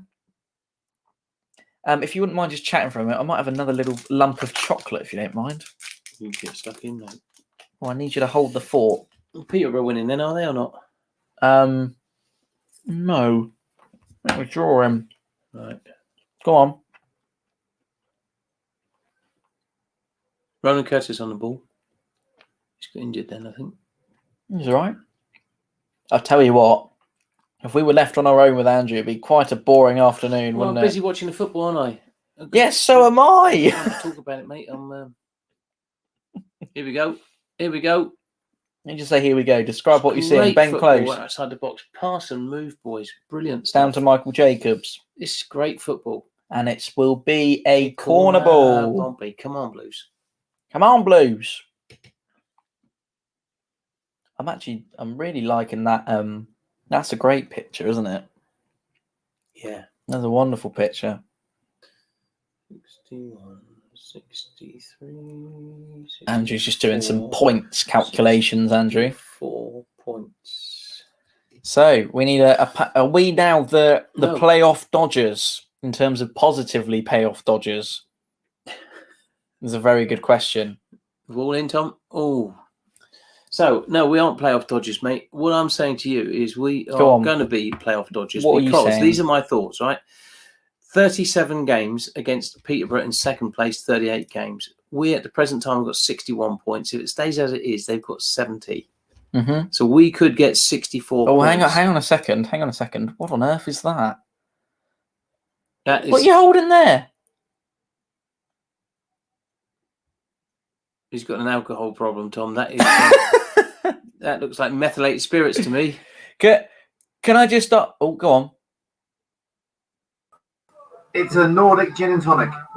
Lovely. Can I just ask, Sean the Brace or Retro Shirt Sean? Retro, I think. Cool. We'll take that. I'm so sorry to have to leave you, but we might get a copyright strike if we stick with you. So I'll let you carry on and enjoy the rest of the football. Speak in a bit. Right, 65 minutes on the clock now. So Pompey substitution. It's Harvey White who is making his way onto the pitch. What I'm saying, Tom, is 64 points if we win that game in hand that we've got on Peterborough. Michael Jacobs is the man coming off. They've got 70. Now, that doesn't surprise me because I don't think he's been that good this afternoon. 64.70. That's 2 games, Tom. Into the autos. Forget Sunderland and Lincoln. I think they're trash. They'll be good night Vienna. Great. Substitution coming just inside 65 minutes. Young man from Tottenham, Harvey White's come onto the pitch. Michael Jacobs has been retrieved from proceedings for the afternoon. So what's he done with the formation then? I would imagine it's probably pretty like for like, isn't it? Is it? Yeah, we'll have to wait and see. Harvey's playing alongside sort of Ryan Williams there. You would have thought it's sort of Ronan and Marcus Harness operating at the top, and Crew have scored against Hull City. Good news. Come on, here comes your And Mark Sykes has been sent off for Oxford United as well. So Oxford now down to 10s. That could be one that Sunderland go on and win, perhaps. Right, here's a free kick in a very difficult position, and it looks like Harvey's gone over to take it. I don't mind Harvey White on the free kicks, Andrew. No. Or take a bit of that. What was it then?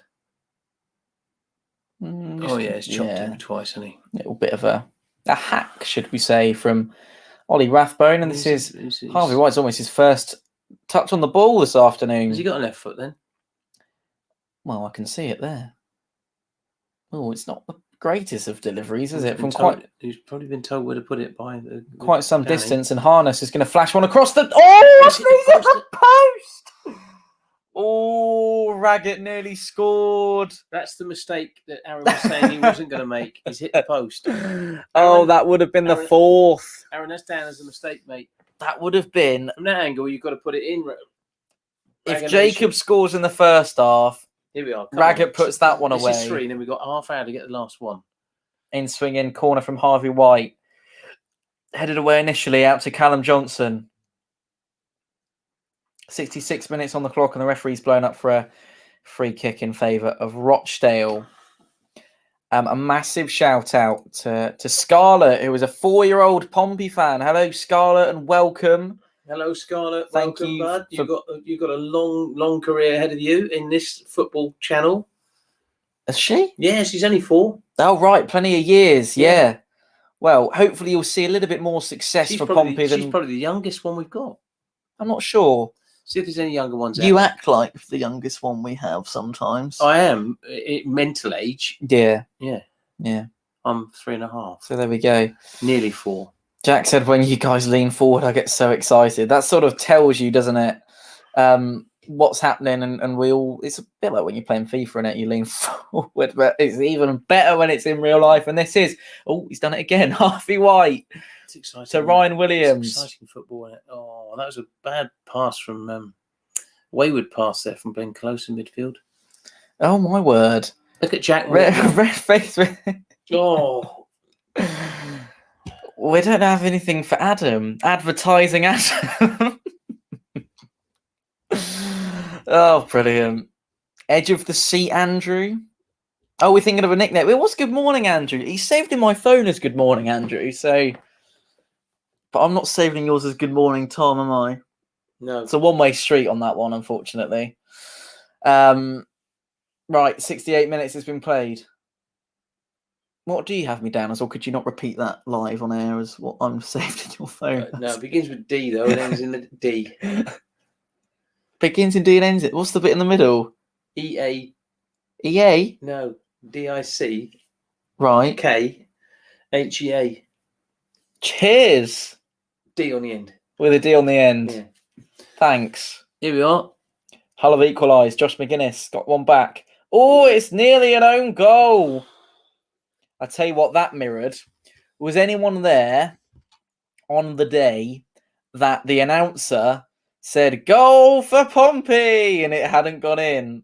Because that, do you see what I mean by that? Though it sort of rippled the net, isn't it? It's the wrong side of it. Yeah. That was funny. I don't know who it was against. That was amazing. It was funny. The whole Southdown laughed at that. No, it was hilarious. Oh, not a bad delivery. This is out to Callum Johnson, who strikes one, and that will be about row K of the Fratton end. Plenty of chances in this second half. Hello to Aaron, who joins us live on Facebook. No fight or passion, and the fans want AB and the board out. Very toxic, and could even see Bristol Rovers winning at the moment. Not a great place, and how 10 games change everything. Doncaster fan. There we go. Interesting. Doncaster. What is he saying about Bristol City? Bristol Rovers? I'm not sure, to be honest. So many chances for sure. Yeah, loads of them. Could be 5. Could be 5. It was a decent looking cross, actually, wasn't it? And there's confirmation on our screen of McGuinness. But Neil remembers the day, and the fans didn't let him forget it. Yeah, that was funny. That was very funny. Anyway, there's Danny Cowley, and still, as you can see, Nicky's got 4-0 on the iPad. We're showing Danny what we've been talking about. Yeah. So we weren't here when that announcer made the. Yeah, he was saying that comment. Yeah, we missed that. We were in charge at Huddersfield at the time. Anyway, out on the left-hand side now are Rochdale. Cut back to Kwadwo Ba. I'd like to know if Danny Cowley's managed a team that's played at Fratton Park in front of the Fratton faithful before. Lincoln City, maybe? Not sure, actually. Anyone answer that? I'm sure they will. 71 minutes has been played now. Rochdale in a little bit of a spell with the ball at their feet. Warrior is the Guinness Book of information when it comes to. He's like an encyclopedia, that boy, when it comes to football knowledge. He'll know whether Cowley's played at Fratton, but not played, but Cowley's managed a team at Fratton Park with a full Fratton Park or not. Obviously, he's managed a team because he's managed Pompey, but I mean another team with fans there. With fans there, yeah. Yeah, I'm not sure. Perhaps might have been. Ben Close has just stepped the wrong way on that one, and bit of a. Oh my word! Yeah, bit of the ball in the box there. Rochdale, they're sort of breaking down that Pompey defence slowly but surely, and Callum Johnson's going to win a free kick, but mounting a little bit of pressure, Ollie Rathbone on that left-hand side. He's definitely been the brightest spark for the visitors this afternoon, Andrew. Yeah, he's a good little player. He's been there a while, I think, Tom, and I do remember him playing quite well against us earlier in the season and when we played up there a couple of times. Do you remember I had fish and chips up there? No, I didn't. We just had chips. Sorry? At Rochdale away. Why did you just have chips? Yeah, it was, I don't know, because we were outside that chippy. And I said, I've got some chips, Tom, remember? Right. That's on 4-0, on the 4-0 video. Oh, yes, sorry. We watched that earlier on. Andrew's got some chips. Yeah, I've got some chips, yeah. Right, 72 and a bit minutes have been played now. Remember that woman behind the counter said, you want some gravy? I want some gravy. I said, what, sorry? What did she say? You want some gravy? Oh, a bit of a... Yeah, not a nice... Harness is not happy. I said, no, because your gravy tastes like that Crown oil, I said. Oh. They were quite nice, actually, weren't they? What? Those... Their chips were wonderful. Yeah, they were. They're good chips. They were great chips. Almost 15 minutes to be played. I actually think we'd been to the Toby Carvery as well. Look at that comment on your screen. Andrew, for sure. Oh, that's good. We like a bit of that. Meaty, he's got some front, hasn't he? He has. He's got more front than Southsea Common, hasn't he? Yeah, he's got more front than Southsea, that boy. Yeah. Anyway, Raggett now dancing across the pitch, and this is the Pompey captain, Tom Naylor, looking to get things going once again. He's looked pretty solid. Well, Pompey have looked pretty solid on a 2-0 lead. Ample opportunity to extend that beyond the 2-goal mark, but none of them have been converted as of yet. Ben Close now. This is a game we could get a few. It's nice football. Goals. Oh, isn't there a foul there? this is a game, Tom. We should get a couple more and get a couple more and make it 4 and get a better goal difference, because it might count at the end. Mm. In fact, it will count, obviously, because it will. Probably will Those goals are count. counted, yeah. They always get counted. They do. It's got a tendency of counting them, haven't they? Yeah. Yeah. Harvey White now has put one down, and that is Curtis, who's just a touch slightly too heavy there. He's working hard to try and win it back, and Gabriel Osho will look behind him to find a colleague in a green shirt. Don't like it when players playing green sort of blend in with the turf, don't they?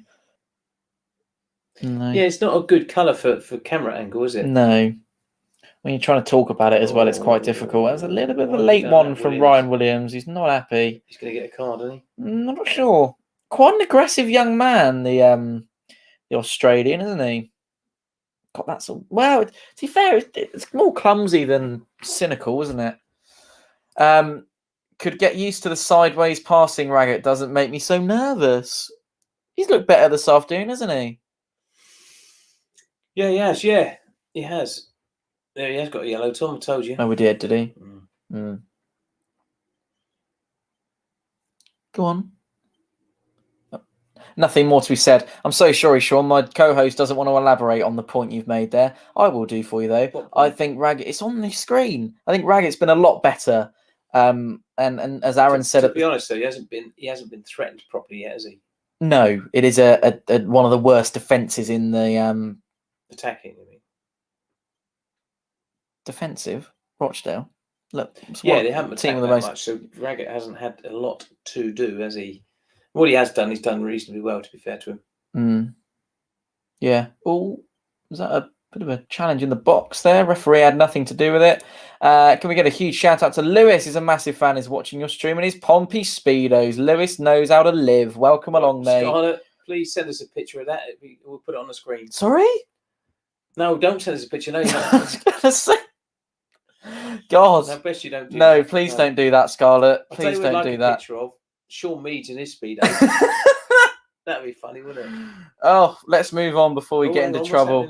The legend in his speedos. The legend in his speedos. Dan's raised the point. A lot was said pre-match about no striker, but 2 assists and 2 goals between the front 4 so far.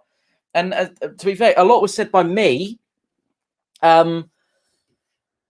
about the lack of strikers, but as Dan's quite rightly pointed out, it's nothing that's come to any fruition, is it? It's been decent so far. 77 minutes on the clock now. Tom Naylor. Perfect. This is Ronan Curtis. What is it? Harvey White. Working down the left. Is he going to get a ball in early doors? Maybe he will, maybe he won't. He's actually given the ball away.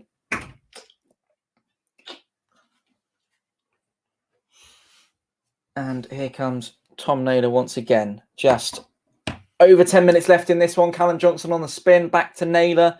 It's been one of those afternoons where Pompey have had an awful lot of the ball and not needing to do too much with it. Pretty conclusive.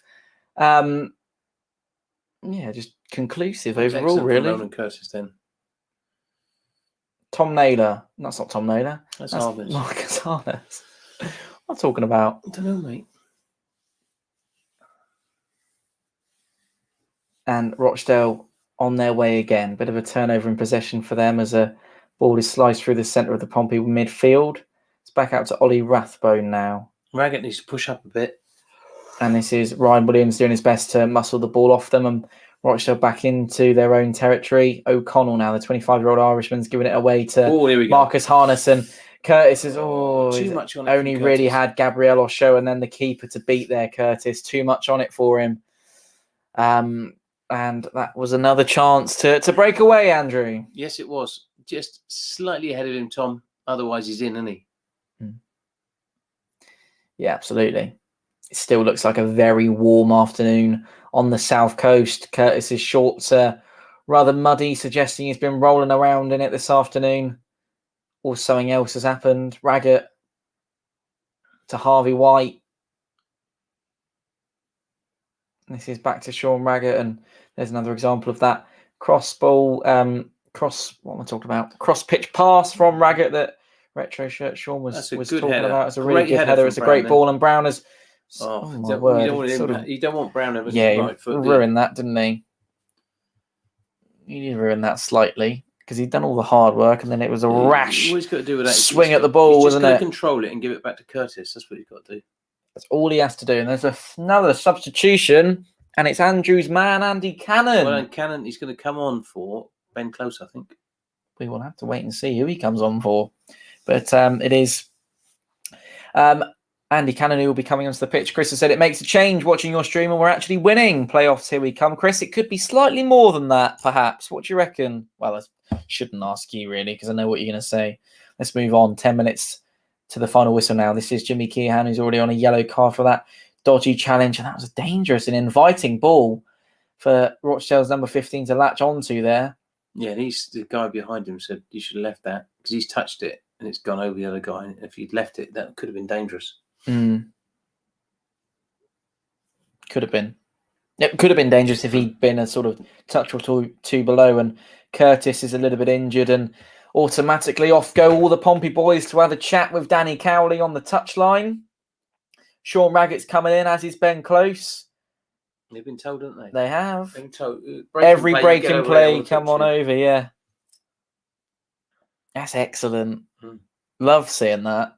That never happened. We all just sort of stood around, didn't we, back in the day? Thinking, what should we do now? Yeah.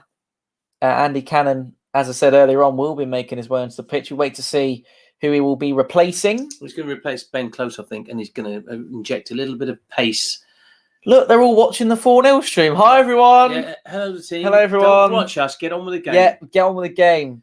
Push up. Get the ball to the right a little bit more. Curtis will be fine. He'll be back up in a minute, unless Cannon's coming on for him. Get another one. He's going off, isn't he? No, I don't think so. I hope not. I think he might be. I'm not sure. We'll have to wait and see.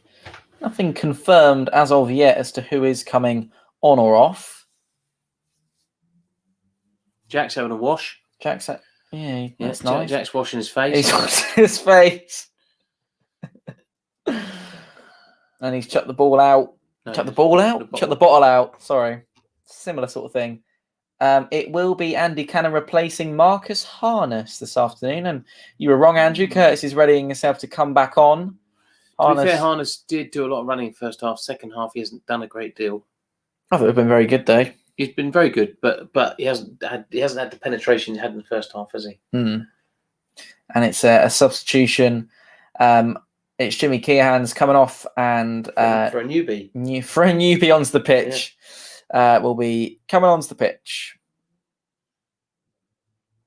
There we go. And other than that, not a lot's changed. The sun is still blazing down. Fratton Park is looking beautiful in the April late afternoon sunshine. 4:45, 82 minutes on the clock now, and play is just about to get back underway with Callum Johnson on that far side, and just confirmation on the screen of the changes being made. Here we go then. This is Andy Cannon's first little bit of an opportunity to get some touches on the ball. It's sort of a bit of a changed midfield now, as Andy Cannon and Harvey White have replaced both. Who came off for... where's Harness going? Who came off for Williams? Harness is off, mate. Oh, he's gone. No, I mean he's gone down. He's going to change rooms, isn't he? That way. Yeah. Oh, did he go off the far side? Did he? Went at the Fratton end, yeah. Oh, okay. So our side, the Fratton end, south stand corner. Yeah. Fair enough. For info, Danny Cowley, I don't think his experienced Fratton Park as a manager. He missed a chance to because he went to Huddersfield from Lincoln City 1 month before we played October in Lincoln in October 2019. Oh, there you go, Neil. Thank you, Neil. Appreciate that. And thank you for confirming that for us. Chris has said, obviously, automatic is possible. And now we're playing nice football again, and that we have a good run of teams to play realistically playoffs. For me, you don't get a trophy for second place. Thank you for that, Chris. But what you do get is championship football next season.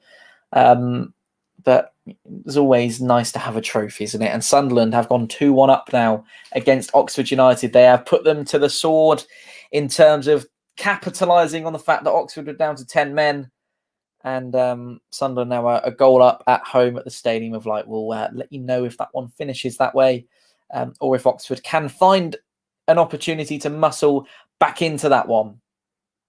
Harvey White has just been deceived, and there's Gabriel Osho, and Ben Close stuck his foot in, but still Rochdale come. This is Newby, who is a Newby on the ball.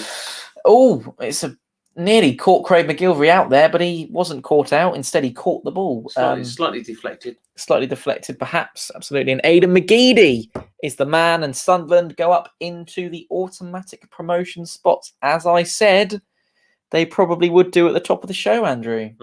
I was expecting them to. I know we have a difference in opinion on where Sunderland will finish this season, because I know you don't. They also changed the manager at the right time, didn't they? Yeah, absolutely. Absolutely. As Andrew takes a quick swing of his drink, it's not vodka, it's water. This is how you drink vodka, Sean. Fortunately, Nicky Cowley's put away the iPad, so he's no longer watching Fournilwritten all over it. I'm sure we'll whip it out for the post-match thoughts of Sean, Richard, Aaron, and Adam, Alex, if he can rejoin us, as well as Brendan and Mike. And Gaz, if he gets a chance to jump on as well. This is Newby settling into the game as a newbie. He's done all right. It's not very funny, is it? he's done all right since he came on. Considering he's a newbie. Considering he's quite new. He's quite new. Quite newbie. He's another newbie on the pitch, and Ryan Williams is trying to prevent the cross from going in, and he does so, and a pair has been delivered. Thank you. Thank you. No, I'm okay for a pair. Thank you. Thank you, man. Pair. We didn't have a pair of pairs, just got one pair for Andrew. There you go. While he tucks into his pair, Aaron's quite already said that Sunderland have 2 games in hand against Hull with 1 point behind. It's all looking good for the men from Wearside. Ben Close now is down on the deck. Imagine this might be an opportunity for another regroup. Maybe, I'm not sure. I'd like to see us and Sunderland go up together in automatics. Interesting shout. I think Hull will drop off as much as they're expected to, perhaps. I think Ben Close has perhaps done his calf in. He's going to get a little bit of water. I don't know if is that water? Yeah, probably. And Bobby Backick is frantically searching for stuff. And Charlie Daniels, good. Nicky's got the iPad back out, just rewinding the stream a couple of minutes just to tell Charlie Daniels about what we were saying earlier on. He's telling Charlie Daniels that I'm eating a pear. There we Shocking. I'm sure he's got better things to be talking about. Poirier is pear tree in French. Yeah. There we go. You know that. Lovely. Fun fact, you. I have to say, Mr. Poirier's spelling is not his strong point. No. It's not. Advertising, superb. Spelling, shocking. Less so. It's Ben Close who's going to be retracted. You're making quite a lot of noise in the background there, Andrew. I hope you're enjoying your pear. Which is pear tree is French for Poirier, as we've all learnt today. You have absolutely demolished that. My word, it's gone very quickly. As has this game. We're now just 3 minutes from the final whistle, and whatever's. The Oxford manager got a red card apparently, and he's getting angry. Then he's getting angry. James Corden's not happy. Not happy at all. Good manager though. Jack Watmore. Yeah, he's a good manager. It's fired one out to the far side. Just to confirm, Ben Close came off for Charlie Daniels a couple of moments ago. Sean Raggett now. Here he goes. Mate, you want to get that fixed. You want to get it fixed. What? He's got a broken phone screen, and that's why his spelling's shocking. Sort it out, mate. Take it to Timpson, son. Get it sorted. Callum Johnson now. Just 2 minutes from the end of regulation time or whatever's added on at the full-time whistle. We will let you know. Hopefully it won't be too much. You are really enjoying that pair. And Peterborough have taken the lead in the dying embers of the game at the Highbury Stadium. It is Fleetwood Town 0, Peterborough 1. That's a shame. It is. It is a terrible shame because we were hoping that Peterborough would either draw or perhaps Fleetwood might take away all 3 points. I had a sneaky suspicion that they might. And the game between Accrington and Burton has finished 0-0. That is very exciting. And would you believe it? Johnson Clark Harris is the man who got the goal for Peterborough United there. We are now, as I say, just a couple of minutes from the end of the game. And this one, Peterborough United reclaim that second spot automatically, straight off. Sunderland, and I also can confirm that Hull City have regained their lead, or regained the lead against Crewe Alexandra in the last couple of moments of the game. They're into stoppage time at Crewe, in Crewe. And yeah, lots of sort of last minute goals going in around League One. We'll keep you updated with what's happening. At the minute, Pompey remain in 5th position, just a point, as we say, behind Lincoln City. Blackpool with a game in hand on us, and they are a point behind us in 6th. And as it stands, it is the first. They've actually, Peterborough have, I don't know if that's been updated or not, but Peterborough look like they're top of the league from where I'm sitting, and Hull are second. Peterborough United top on 72. Hull second. A game played more than them. That's literally just refreshed. Hull City are the team at the top of the league, 73 points, 39 games played. Peterborough just a point behind them on 72 with 38 games played. Sunderland 37, they're on 70 points. Then it's Lincoln 37 games on 62, so a whole 8-point gap between 3rd and 4th position, and then it's Pompey in 5th on 61. So it will be a sort of best of the rest scenario, you would imagine, Andrew, and hopefully Pompey can do something to close that gap with Lincoln not playing for probably the next week or so, maybe 2. It's an opportunity for Pompey to close the gap, especially on Monday, and take this, what has been a good 90 minutes into Monday's game. Jack Watmore, silky stuff. Find Sean Raggett. 5 minutes will be added on at the end of this. Time to get 2 more. Time to get 2 more. And as Nicholas has quite rightly said, all the last-minute goals have been going against us. That is unfortunate to see. Perhaps there's even last minute goals from the oppositions. You pop what, sorry? That glass there, please. Oh, do you need it, do you? Oh, put it in the glass. Oh, lovely. Thank you for that. Minutes been played of the 91 minutes of the 95 to be played. Interested to see how this one goes. Perhaps, as Andrew said, the opportunity for 2 more goals for Pompey, perhaps. I have to wait and see if that is the case. It's Andy Cannon who's frantically chasing one down, and it might be an opportunity for Lee Brown to get in there, but Gavin Banzuni did just enough in order to get the ball to Gabriel Osho. It's finished. Plymouth 1, Wimbledon 0, and bodies flying into the technical area of the visiting team. Dooley's the man who flew into that, and Harvey White was in there getting stuck into the challenge as well. Unfortunately, is all the top 3 are currently winning their games, but so are we. And it's still 9 games left to play after this one, and a lot can change in that time. 27 points is still up for grabs, and the way Pompey have been playing for the last 3 matches, might be a sign of things to come. Might be a big 9 games from a Pompey point of view. Nearly halfway through stoppage time, couple of minutes to go now. Sean Raggett, on your head, son. Andy Cannon. That is not the most professional piece of commentary you'll hear all afternoon. And there's been a whistle's gone up for some reason. I think maybe Andy Cannon might have stepped a yard or 2 offside there. Andrew's having another swing. I'm not quite sure what is going on. If it was a foul given, I didn't quite see that one. But the play is back underway nonetheless. And here we go once again. Ball fired up the park. Lee Brown with a header down. Charlie Daniels. He's given it away terribly there. And Rathbone with the opportunity on the edge of the box. Finds Newby. Ball flashed across. And I think that might have been Callum Johnson who stuck it into the back of his own net. You said there was the opportunity to get a goal back, Andrew. But it's unfortunately gone the other way. It's Portsmouth 2, Rochdale 1. Pompey's inability to keep a clean sheet worry you, perhaps, Andrew? Well, this is just not great. It's a good ball in. To be fair, he's just whacked it across the park, across the goal, and he's gone. I'm getting that across the goal. Luckily, I think it'll be a case of it's a little too late, and Craig McGilver is absolutely incensed by the fact that Pompey have let one in and his clean sheet has been tampered. It came in the 93rd minute. That's a shame, isn't it? Mm. And it's Jake Beasley who got the goal and doesn't do anything at the minute, doesn't do anything in terms of Pompey's league standing. Perhaps Rochdale are a long way from it, but goal difference wise, that might be the one that keeps them up. No, could be a big call. 1 minute left to play in this one now.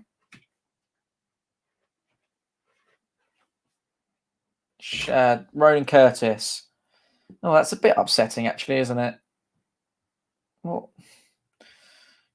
Andrew, you got any words? Yeah, got no comment. Sloppy, No comment. perhaps? Yeah, no, I just think that's the only chance they've had, Tom, in it throughout the game, really. Rochdale. A bit like Shrewsbury last week, isn't it? It's we've got to learn to deal with that sort of stuff, haven't we? You've got to stop him getting that ball in, really. And to be honest, mate, first half and 3 or 3 chances in the second half, we should have put this lot to bed 3 or 4-0. It was just the chance that Jacobs won would have been 2, wouldn't it, at that time? I can confirm 3 full-time scores that Pompey fans will be interested in. It's Fleetwood 0, Peterborough 1. It is finished. Ipswich Town 2, Bristol Rovers 1, and Crewe 1, Hull 2. So Ipswich, Peterborough, and Hull all winning their games this afternoon, which is not good news from a Pompey point of view. But we'll take it. We are now into the 5 minutes. The referee will probably add a little bit more on just because the goal that went in, that ate into a little bit of the stoppage time that had been played. And that one will be, I believe it will be a goal kick. Yes, it is. Given by the referee, much to Bar's discontentment. But unfortunate, actually, Andrew. It would have been nice. You know, it's now 3-2-1 wins in a row, isn't it? How strange is that? Yeah, the Poirier was saying he just wanted to get a clean sheet, didn't he? And that's unfortunate. It's a bit unfortunate, Tom, and it's one of those that they weren't going to score all afternoon, were they? Until then. Anyway, let's celebrate the win, shall we? Job done. Yeah, and I can confirm it's finished. Ryan Williams, Ronan Curtis are your goal scorers this afternoon. Pompey have beaten Rochdale by 2-1. Little bit disheartening at the end there in the 93rd minute that Pompey couldn't keep that clean sheet. I can confirm also Sunderland have gone another goal up against Oxford United. It's now Sunderland 3, Oxford 1. So they've definitely capitalised on the fact that they went down to 10 men and handshakes across pretty much everyone, just handshaking everyone as the full-time whistle has finally gone. Andrew, I want to get rid of you for the time being. Sadly, it's something I can't do in real life. And Richard is here, as is Aaron. Welcome back, gentlemen. A little bit upsetting at the end there, Rich. What did you think of the goal we conceded? Well, I say it's shocking, wasn't it? Johnson was asleep when it came across, but you could actually see it, couldn't you? You know, that play was just left unmarked, and then Johnson just came up towards him, didn't do anything, didn't really put a challenge in, and say he got the goal. But it reminds me of last week. You know, a good first half of fantastic 45 minutes of football. Today, fantastic, and then we seem to it didn't look like we were going to score in the second half. To be honest with you, you know, so you got Curtis running round and. Well, I don't know. He didn't seem to get a great deal of ball. Certainly, the ball never came well, over any set play. Never sort of went over any defenders to actually, get a chance for the striker. So, but no, another good 45. But we need to be playing for 90, don't we? So not just a one-half team. Does the fact that we've now won 3 games by 2-1 in the space of about a week or so, Aaron, does that sort of surprise you a little bit? No, not at all. With the Crowleys, both of them, they've taken on the team. You can see what they're trying to do with the team now. So 2-1 wins, yeah, not a problem. I haven't got a problem with that. Shame that we can't get a clean sheet because we need to start scoring more goals because looking at the league, it's definitely you need that goal difference as well, and we're well off the pace at the moment. So we need to start scoring at least 4-0s, 5-0s, and just get that bit of goal difference back. Oh, sorry, you couldn't hear me then, could you? Richard, any sort of is it tiredness? Is it because the boys are being asked to play this kind of way by the Cowleys and not quite? Sorry, I've just nicked Retro Shirt Sean's comment there, quite sort of plagiaristically. So sorry about that. But is it tiredness, and does that concern you to any extent?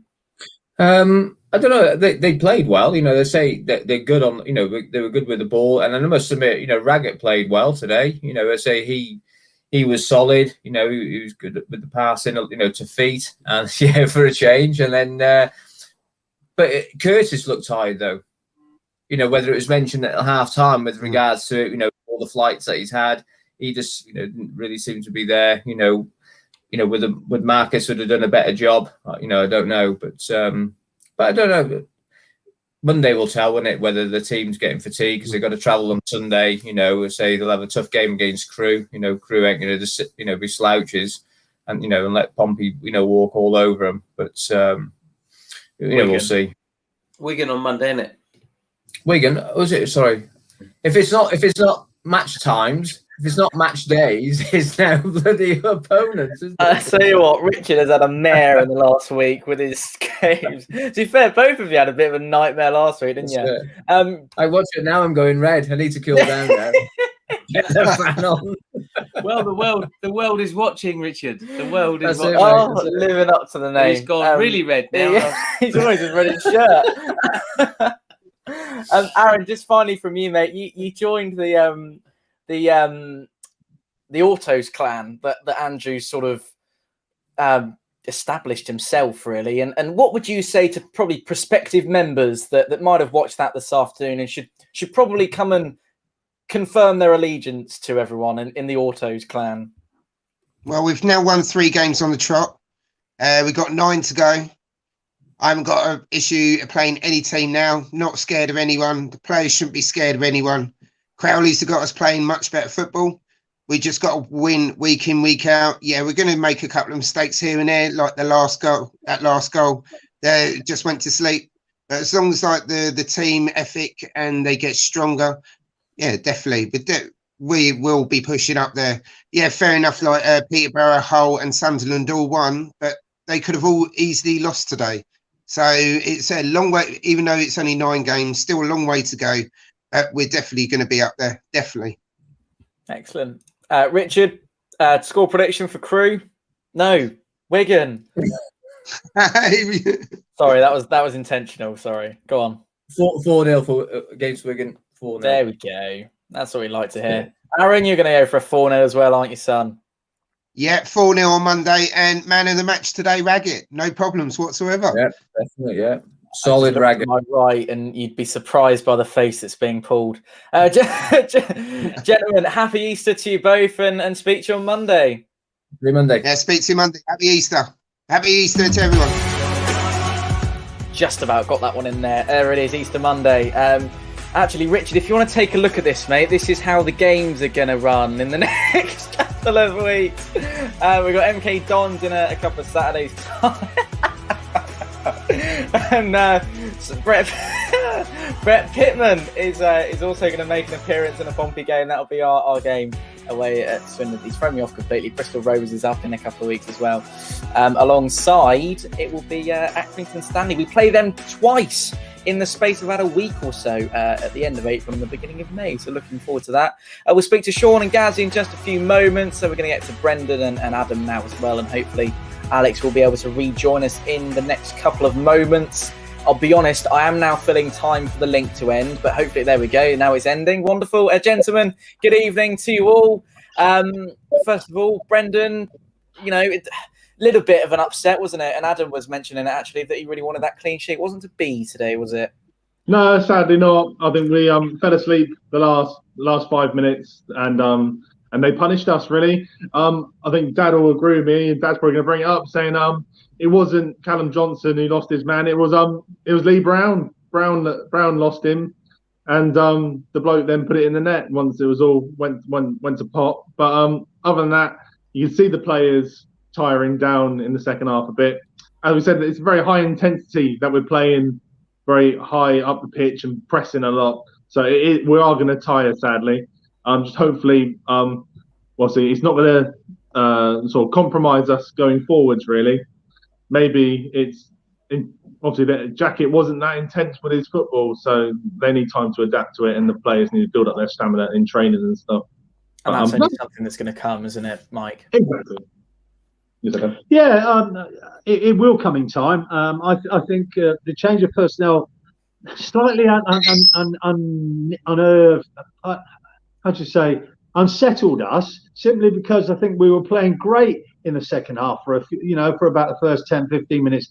I think Ben Close didn't need to go off. I don't think he was injured. He never seemed to be limping or sort of carried off, was he? So I just think that from that change of the game, players then until the end unsettled us. But I just want to go back to that goal. Richard said it was Johnson, and definitely, if you watch it back, you'll find that Raggett and Jack Watmore are between the edge of the penalty area and the 6-yard box. And behind them, or beside them on the left, was Brown with the defender. And Brown sort of then turns around and faces where Jack Watmore and Raggett are, facing where the ball is.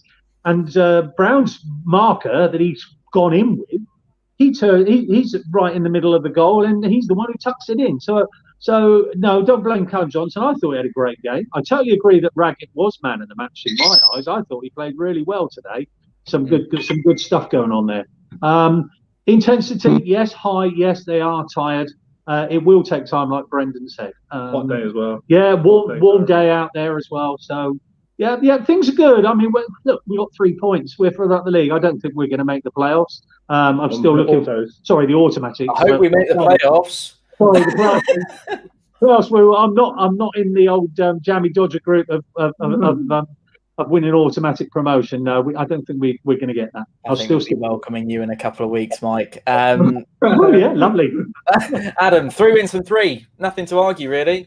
No, not at all. I'm not quite blushing like Richard though, but it's it's really nice to see. Of course, nice momentum. That's something that Jacket can obviously follow through with after that long run. But we've got momentum, and I think the world's our oyster after this. Now, I think the main thing is momentum, and that's what the Cowleys said. That's what they wanted. So, I mean, they're playing by that rule now. They're doing that. I mean, it's a shame. Obviously, we didn't get the clean sheet. I think the defence probably deserved a clean sheet after the way they were playing. I think they hardly put a foot wrong, to be honest. And obviously, people have been saying that Raggett's man of the match, and deservedly so. I think there was just one mistake, one mistake that cost it, and then that was a goal straight away. I mean, Rochdale really went in for that. So there's not much else to say apart from that. It's obviously sad that we didn't get that, but it's another game that we've won at the end of the day, and another push for playoffs, and another push for the automatic bandwagon, if someone wants to call it that. Exactly. It's not. Well, I mean, the clan is growing. I mean, we've got a couple of members. I'm sure there might be a couple. Mike shaking his. He's not just. Whatever we do, we are not going to entice Mike to join the clan, unfortunately. But there we go. Maybe in a couple of weeks. I was going to ask you actually, Brendan. I know you've got to shoot off, so just finally, but what is it about this Pompey side that excites you the most for the next 9 games? I think that the way these first halves look, I think the way we're playing so well in the first half, and that can only grow throughout the 90 minutes. Great 45, but it's going to get better and better and better. I think, fingers crossed, definitely. And I think it's so positive to see it. And for 4 years of long ball and not putting teams away. But I think we'll just grow and grow going forwards. Still in love with the Cowleys, Adam? Of course, I think everyone is. How can you not be after that as well? I mean, I think every single Pompey fan must be adored with them. They are amazing, aren't they? With their little iPad and all their tactics and everything. But then they're so calm and collected off the pitch, and I think it's just so refreshing to see. And I think I hope they know that how much we respect them. I hope that comes across in the way we're on social media, and if we ever see them in person, I hope they know how much I think they mean to us at this point. I don't want to excite you, but you might be able to tell him in person in a couple of weeks. So let's wait and see. Andrew wanted to make a quick Yeah, they do know what we're thinking, Tom, because obviously Nicky was showing Danny on the iPad. They were watching the stream. This is true. Yeah, throughout the game, so they obviously know what's going on out there with the fans, don't they? We're keeping them well in touch, aren't we? We are, yeah, and yeah, very good point, and thank you for that, I think Brendan. you need the flag. Sorry. I think you need the flag. You need to put the flag in the stands now. Oh yeah, that'll be everywhere. Yeah. Don't you worry. That will follow us everywhere. No, it means now. When Oh, flag. Oh, now. Oh, yeah. Well, I might actually be able to organise that. Hit that up. Yeah. Sorry, go on, Brendan. Yeah, just a quick one. There's been some sad news this week, as you might have seen, Tom, throughout the football YouTube community. An avid person who we saw on Arsenal Fan TV, or AFTV as it is now over the last few years, is sadly passed away. Claude, he was a big representation on their channel and a big character, and it's very sad the way he obviously, we don't know exactly how he passed away, but there's a few factors that we've seen and we've heard of and we've seen online. You might have seen Tom's tribute just before kickoff, I think, if you were watching. You probably went to get your jammy Dodgers, but yes. Yeah, but I'll it's go nice back to reiterate anyway, Brendan. Yeah, of course. Yeah, it is, and it's so sad to see someone who of his age, is only like in his 50s, and is sadly passed away. So it's a mourning this week for football YouTube, and rest in peace, Claude. What I want to say. Absolutely. We echo those thoughts. All of us do. And thank you very much, Brendan. And Mike, once again, thank you for your service. We will see you on Monday. Have a wonderful Easter, gents. You too. See you there, lads. Have a good one. Wonderful stuff. Let's speak to Retro Shirt, Sean and Gaz. And Sean, I apologise for catching you off guard earlier on. But just to say that was, in your words, it was. What did you say about, you said something earlier on. I completely forgot what you sent me. Remind me. I can't remember, mate. Brilliant.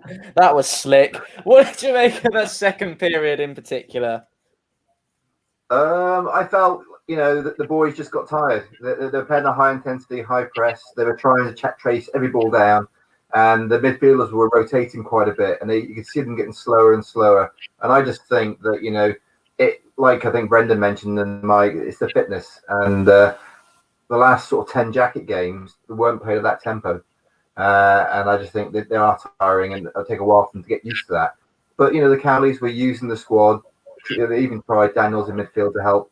But I just think, it's going to take a little while to get the fitness up, and then hopefully things will improve even better. But, it's a third win on the trot. The positivity continues. Nothing but positive, Gaz, was it?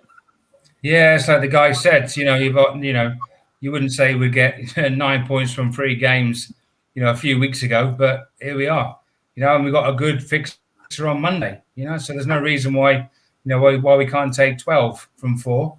Fitness is going to be. Say again. And then onwards from there.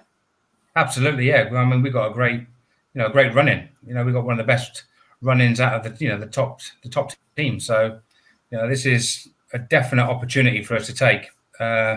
Again, automatics. I'm definitely not on that sort of that fence yet, but definitely the playoffs for sure. But that positivity on that pitch is refreshing to watch. You know what I mean? And you can see they're running their socks off. You know what I mean? They're literally they're doing it in training, and they're doing it on the pitch. I mean, Harner's come off. He was shattered, and Curtis has had that travelling. With the national team. So yeah, and he needs to gel as well with Cowleys with this week as well. So the next week, obviously the Monday game coming. So let's hope he just fits in again, because we're going to need everyone. Absolutely. And the only real negative you can take from that afternoon, Gaz, is perhaps results elsewhere. That obviously Pompey have no control of whatsoever, but all of our sort of nemesis at the top of the league ended up going on to get all 3 points this afternoon. That's something we can't control, but it's unfortunate, isn't it? It is, but we've got ourselves in this situation, We've dug our own grave, really. So, we can't keep relying on other teams. We have to just keep doing what we do and just let the gods, deal us the cards, hopefully. So, but unfortunately, it's the same teams up there, the Sunderland, the Peterborough, even Hull, Hull just come down. So, they've still got a good squad. They're but they're slipping a little bit. So we've got energetic. We've got this revitalizing team now. So if you asked me this 3 weeks ago, it's League One. You know what I mean? It's 9 points from 3 games. It's going to be 12 from 4. So it's all good, mate. It's all good stuff. Sean, I was going to ask you. What was I going to ask you? Well, my memory is absolutely dreadful today. What was I going to ask you? You can ask him at some point, Tom. Yeah. In just watching it back, the goal, the first goal. If you watch it from the back, the ball, three passes from our 18-yard line, and it's in the net, and it's brilliant football. You actually commented about the fast-paced nature of the football, Sean. What is it that pleased you the most about that this afternoon? The positivity of the actual play. For a while with Jacket, whenever we were playing the games, we always set up very defensive, and it was hoofball down the wings. What I'm liking is we're taking the game to them. We are very much, the attacking football, the one-touch pass, and as long as we can get the balls in front of our midfielders as they go forward, they run onto it, and the pace and intensity, because we've got fast front players. They're probably some of the fastest in the league, and we could tear people up. And I think that's what the Cowleys are seeing. They're trying to play to our strengths, and it's exciting.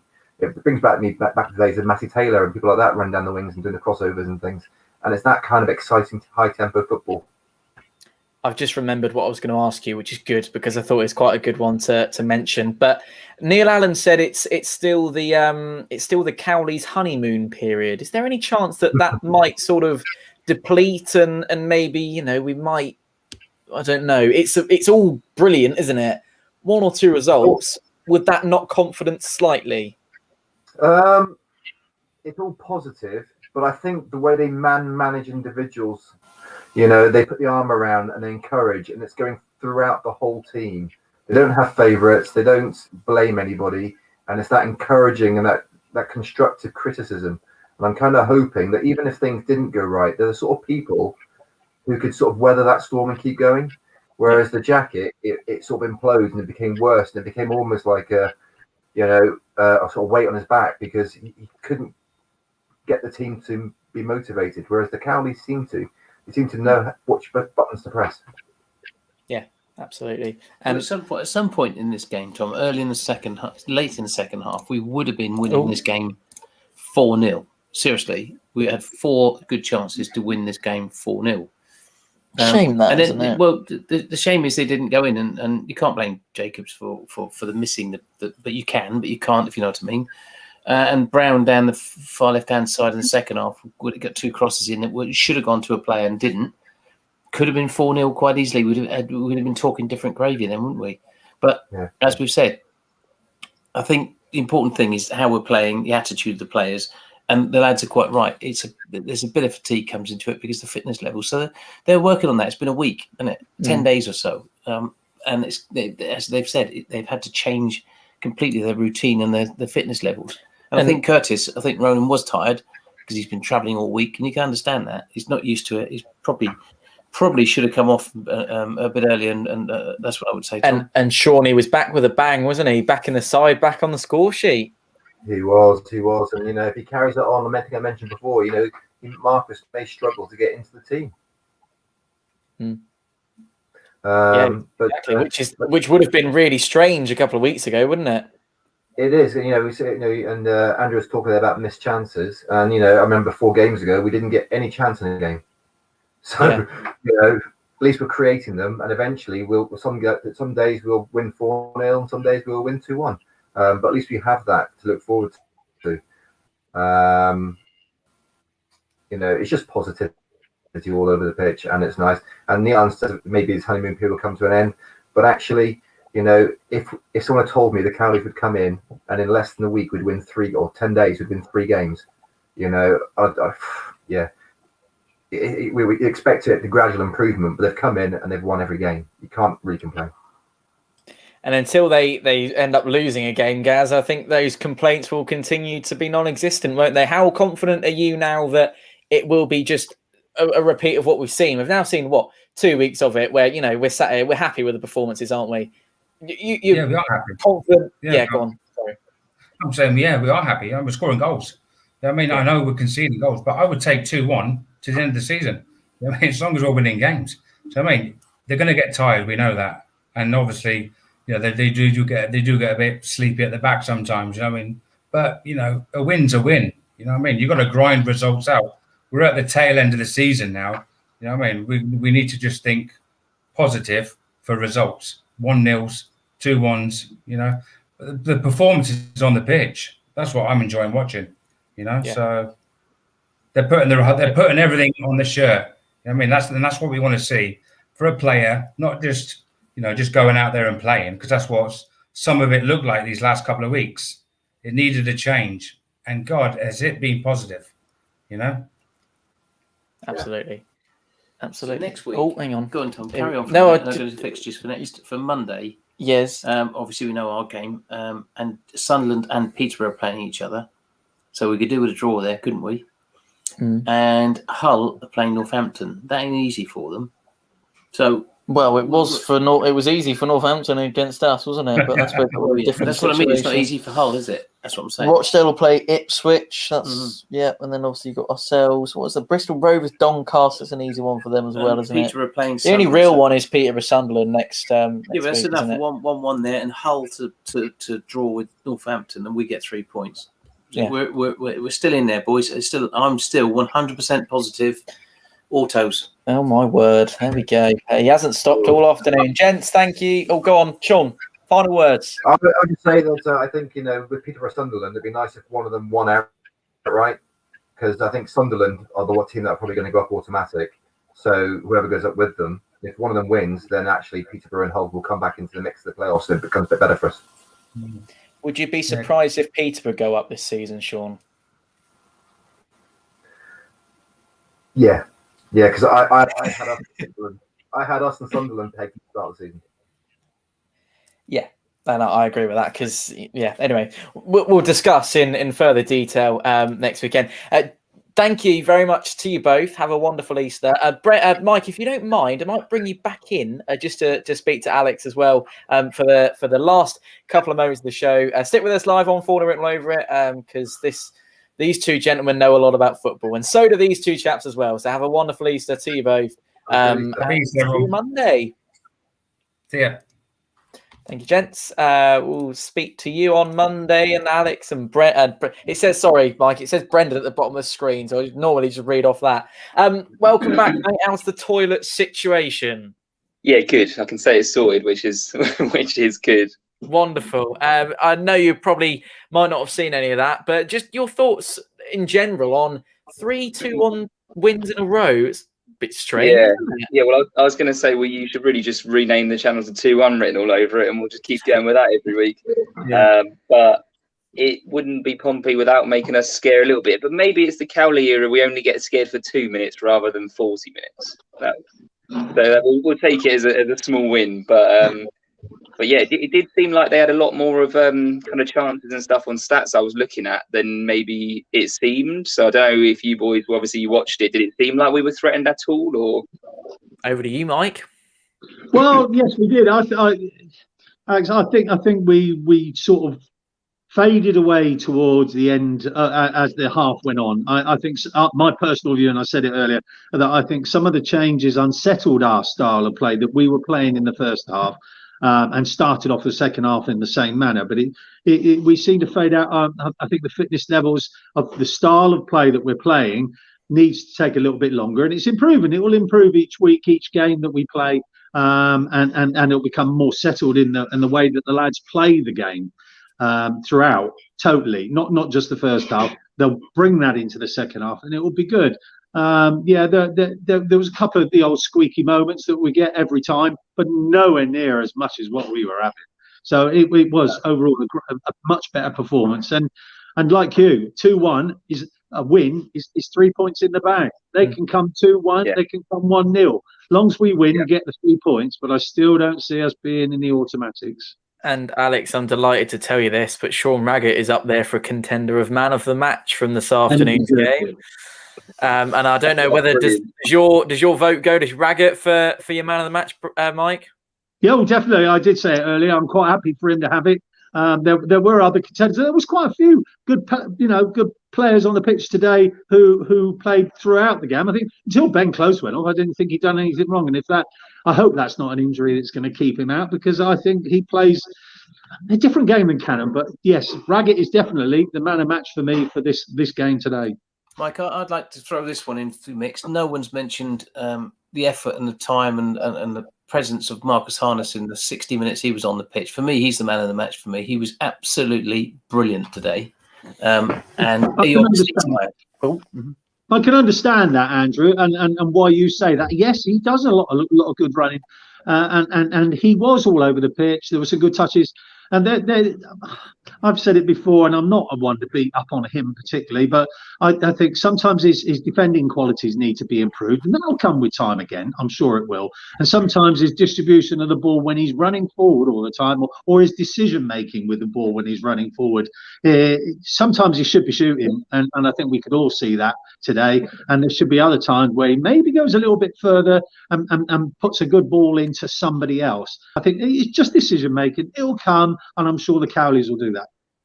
Alex, if you were Rasmus Nikolaisen, where would you bet on Pompey finishing in the league this season? I mean, I'm kind of resigned to the fact it looks like playoffs, and it'd probably be a bit of a disaster in the games that we've got coming up if we don't make playoffs. And I think, as much as I like Andrew's optimism and I really applaud it and take my hat off to it, I think that 11 points off what Peterborough, with a game in hand, obviously, that's still going to put us 8 points behind, which is, there's not enough games, I don't think, for them to slip up, and they do just keep grinding out results. I said to my old man today when it was about 5 minutes left and Sunderland and Peterborough were both drawing, I said, both of them will come through and they'll win this. Both of them will. Sunderland always seem to get a bit of something at the moment. They're getting 10 men. Oxford have got 10 men. They get a penalty. It's just small things, and then Peterborough just grinding out results. So fair play to them. I mean, I don't want to see either of them go up, but I don't really want to see any of them go up in the top 6 at the moment. But I think this is going to be the best chance we've got in the playoffs than we have had, since we've been in the leagues with playoffs, because I think all the other times we've gone in with a style and we just fade, and we don't take teams to the sword or do anything kind of significant. We just go in, right, well, we'll get a 0-0 here and hope we scrape a 1-0. I don't think the Cowleys will approach it like that. I think the teams to worry, for themselves will be Lincoln, Donny. I think they're slipping at a rapid rate, and they could be seeing themselves slip right out with Blackpool and stuff coming up. And there's a lot of teams that are waiting to get that last spot if things shift in that playoff. So it's going to be interesting. I just hope we're there and we're in a good run of form when we get there. Yeah. And it'd be nice to say that we finished top of the playoffs as well, wouldn't it? And then you've got the bottom side, whoever that might be. And actually, Mike, I was going to ask you, Blackpool look like they might sort of perhaps have a little sneaky shout at the playoffs this season. Yeah, well, if the team's good enough, they'll get in there. It's as simple as that. I think you'll find, and consistency now is the key to keeping yourselves in those 4 spots. If you can be consistent in the spots now, I know there's a couple of games different between teams, but yeah, if you can keep yourself there, I think you'll be all right. Blackpool, I don't have a problem with Blackpool. As I say, if the team's good enough, they will be there.